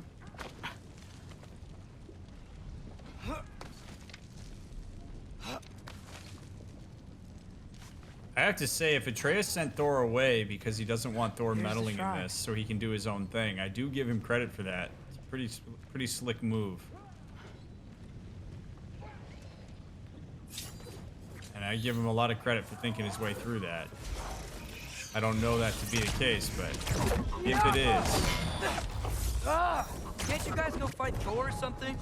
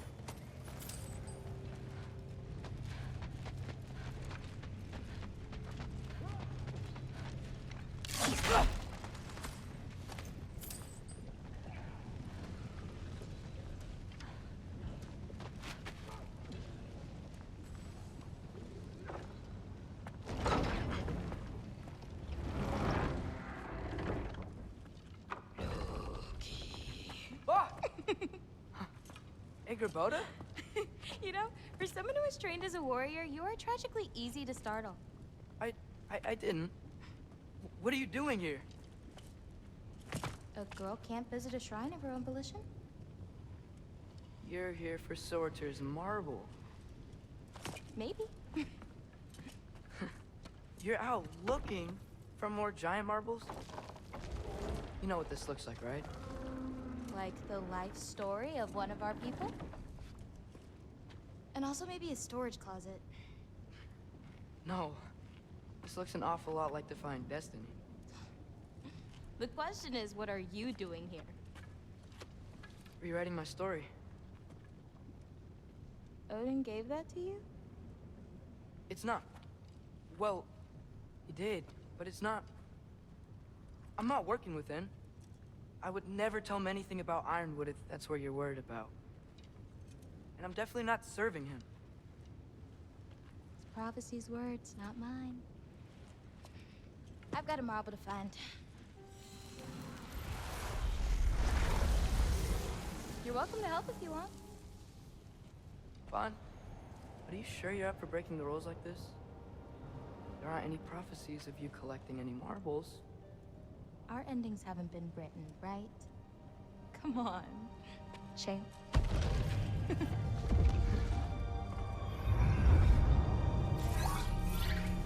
Oh, hello there. A sentient sword. Huh. Another marble. Surtur's. No soul in it, though. So he's still out there somewhere. A while back, you talked about how the giants left. You ever think about them? All the time. They're far from here. Far from Odin and Thor. But I wonder what lands they've gone to. What seas they've crossed. Why? I want to find them. I'm gonna save my father, and then I'll find them. It's starting. Who is that? Not Surtur, that's for sure. Look at all that frost. Sinmara. Don't think I've heard of her before. And here comes Surtur. Wow. This must have been some fight. Yeah, until it... wasn't? They just stalked? Oh, no. Look, it's because they fought together. Looks like they even became friends. Good friends. Are they? Yeah, I think they are. Oh, well that's... good for them. But it looks like their, love caused them to combine into some kind of huge creature. Ragnarok. And then... Ragnarok destroys Asgard. Right. I saw that in Groa's shrine. Well, that was... something. Oh, hey, remember the snake we put that soul in? Can't really forget that. I saw it. It's getting... bigger. Like, faster than normal bigger. Yeah, I had a feeling that would happen. Huh. I'm gonna hang back here, Don't want your, friend to see a giant he missed. Of course. Just be careful. Please. You too, Loki. It's like the big snake that we went and tried to see.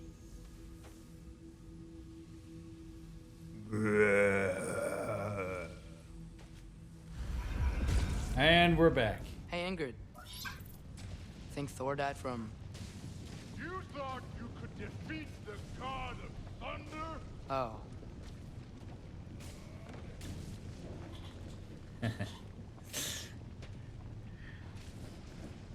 Since the run's the run, there won't be replays. What's the ruling on things on that on replete playthroughs are given new meaning by knowing the game, like how Baldur was never after Kratos when he was tracking Faye's ashes? Well, I don't really understand the question.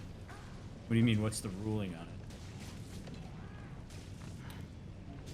You can't use hindsight in real life, so we don't use hindsight here. That's really the only thing that I can think of. Like, hindsight's not useful.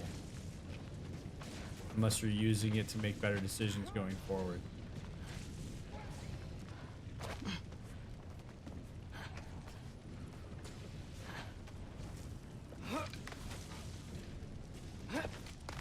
And so if the My lesson... father and I visited this place the last time we were in Muspelheim. Feels like forever ago. So, like, having the hindsight of knowing what Baldur was doing and why he was doing it means maybe that the thing you learn from it later on is maybe I give other people the benefit of the doubt, or maybe I try to get more information on a person's motives before I act on it, that kind of thing.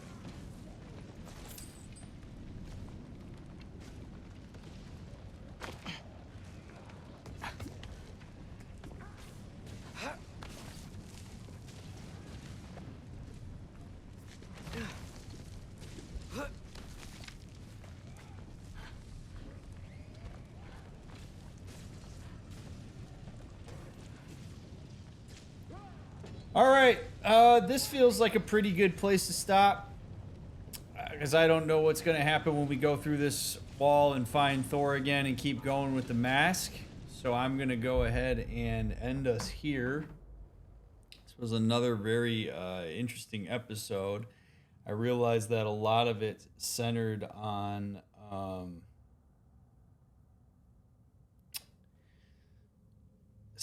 Odin's manipulation. Way that a lack of information or development can really contribute to the ease at which somebody can manipulate.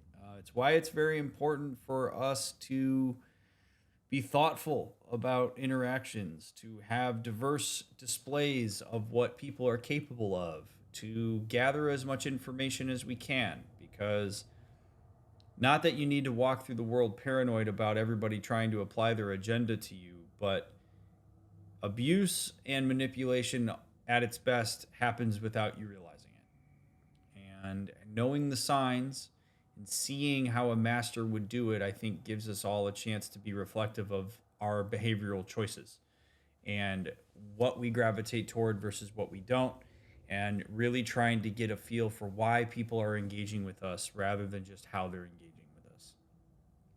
So I hope that this was another meaningful episode for you. As always, leave a like on the stream. Comment if you have anything you want to share about any of my thoughts. I just ask again that you please not spoil anything in the comments, because if you do, you suck. So don't do that. Y'all have been great about that, though, so thank you for that. I appreciate your time. I am grateful that you support this playthrough. I've enjoyed every second of the game, and I hope that you're enjoying it along with me. And if you're binging, I'll see you in part 18. If you're waiting for the next one to come out, as always, we'll get it out as soon as we possibly can. Thank you very much for all of your support. Follow all the links down below, and I'll see you on the next one.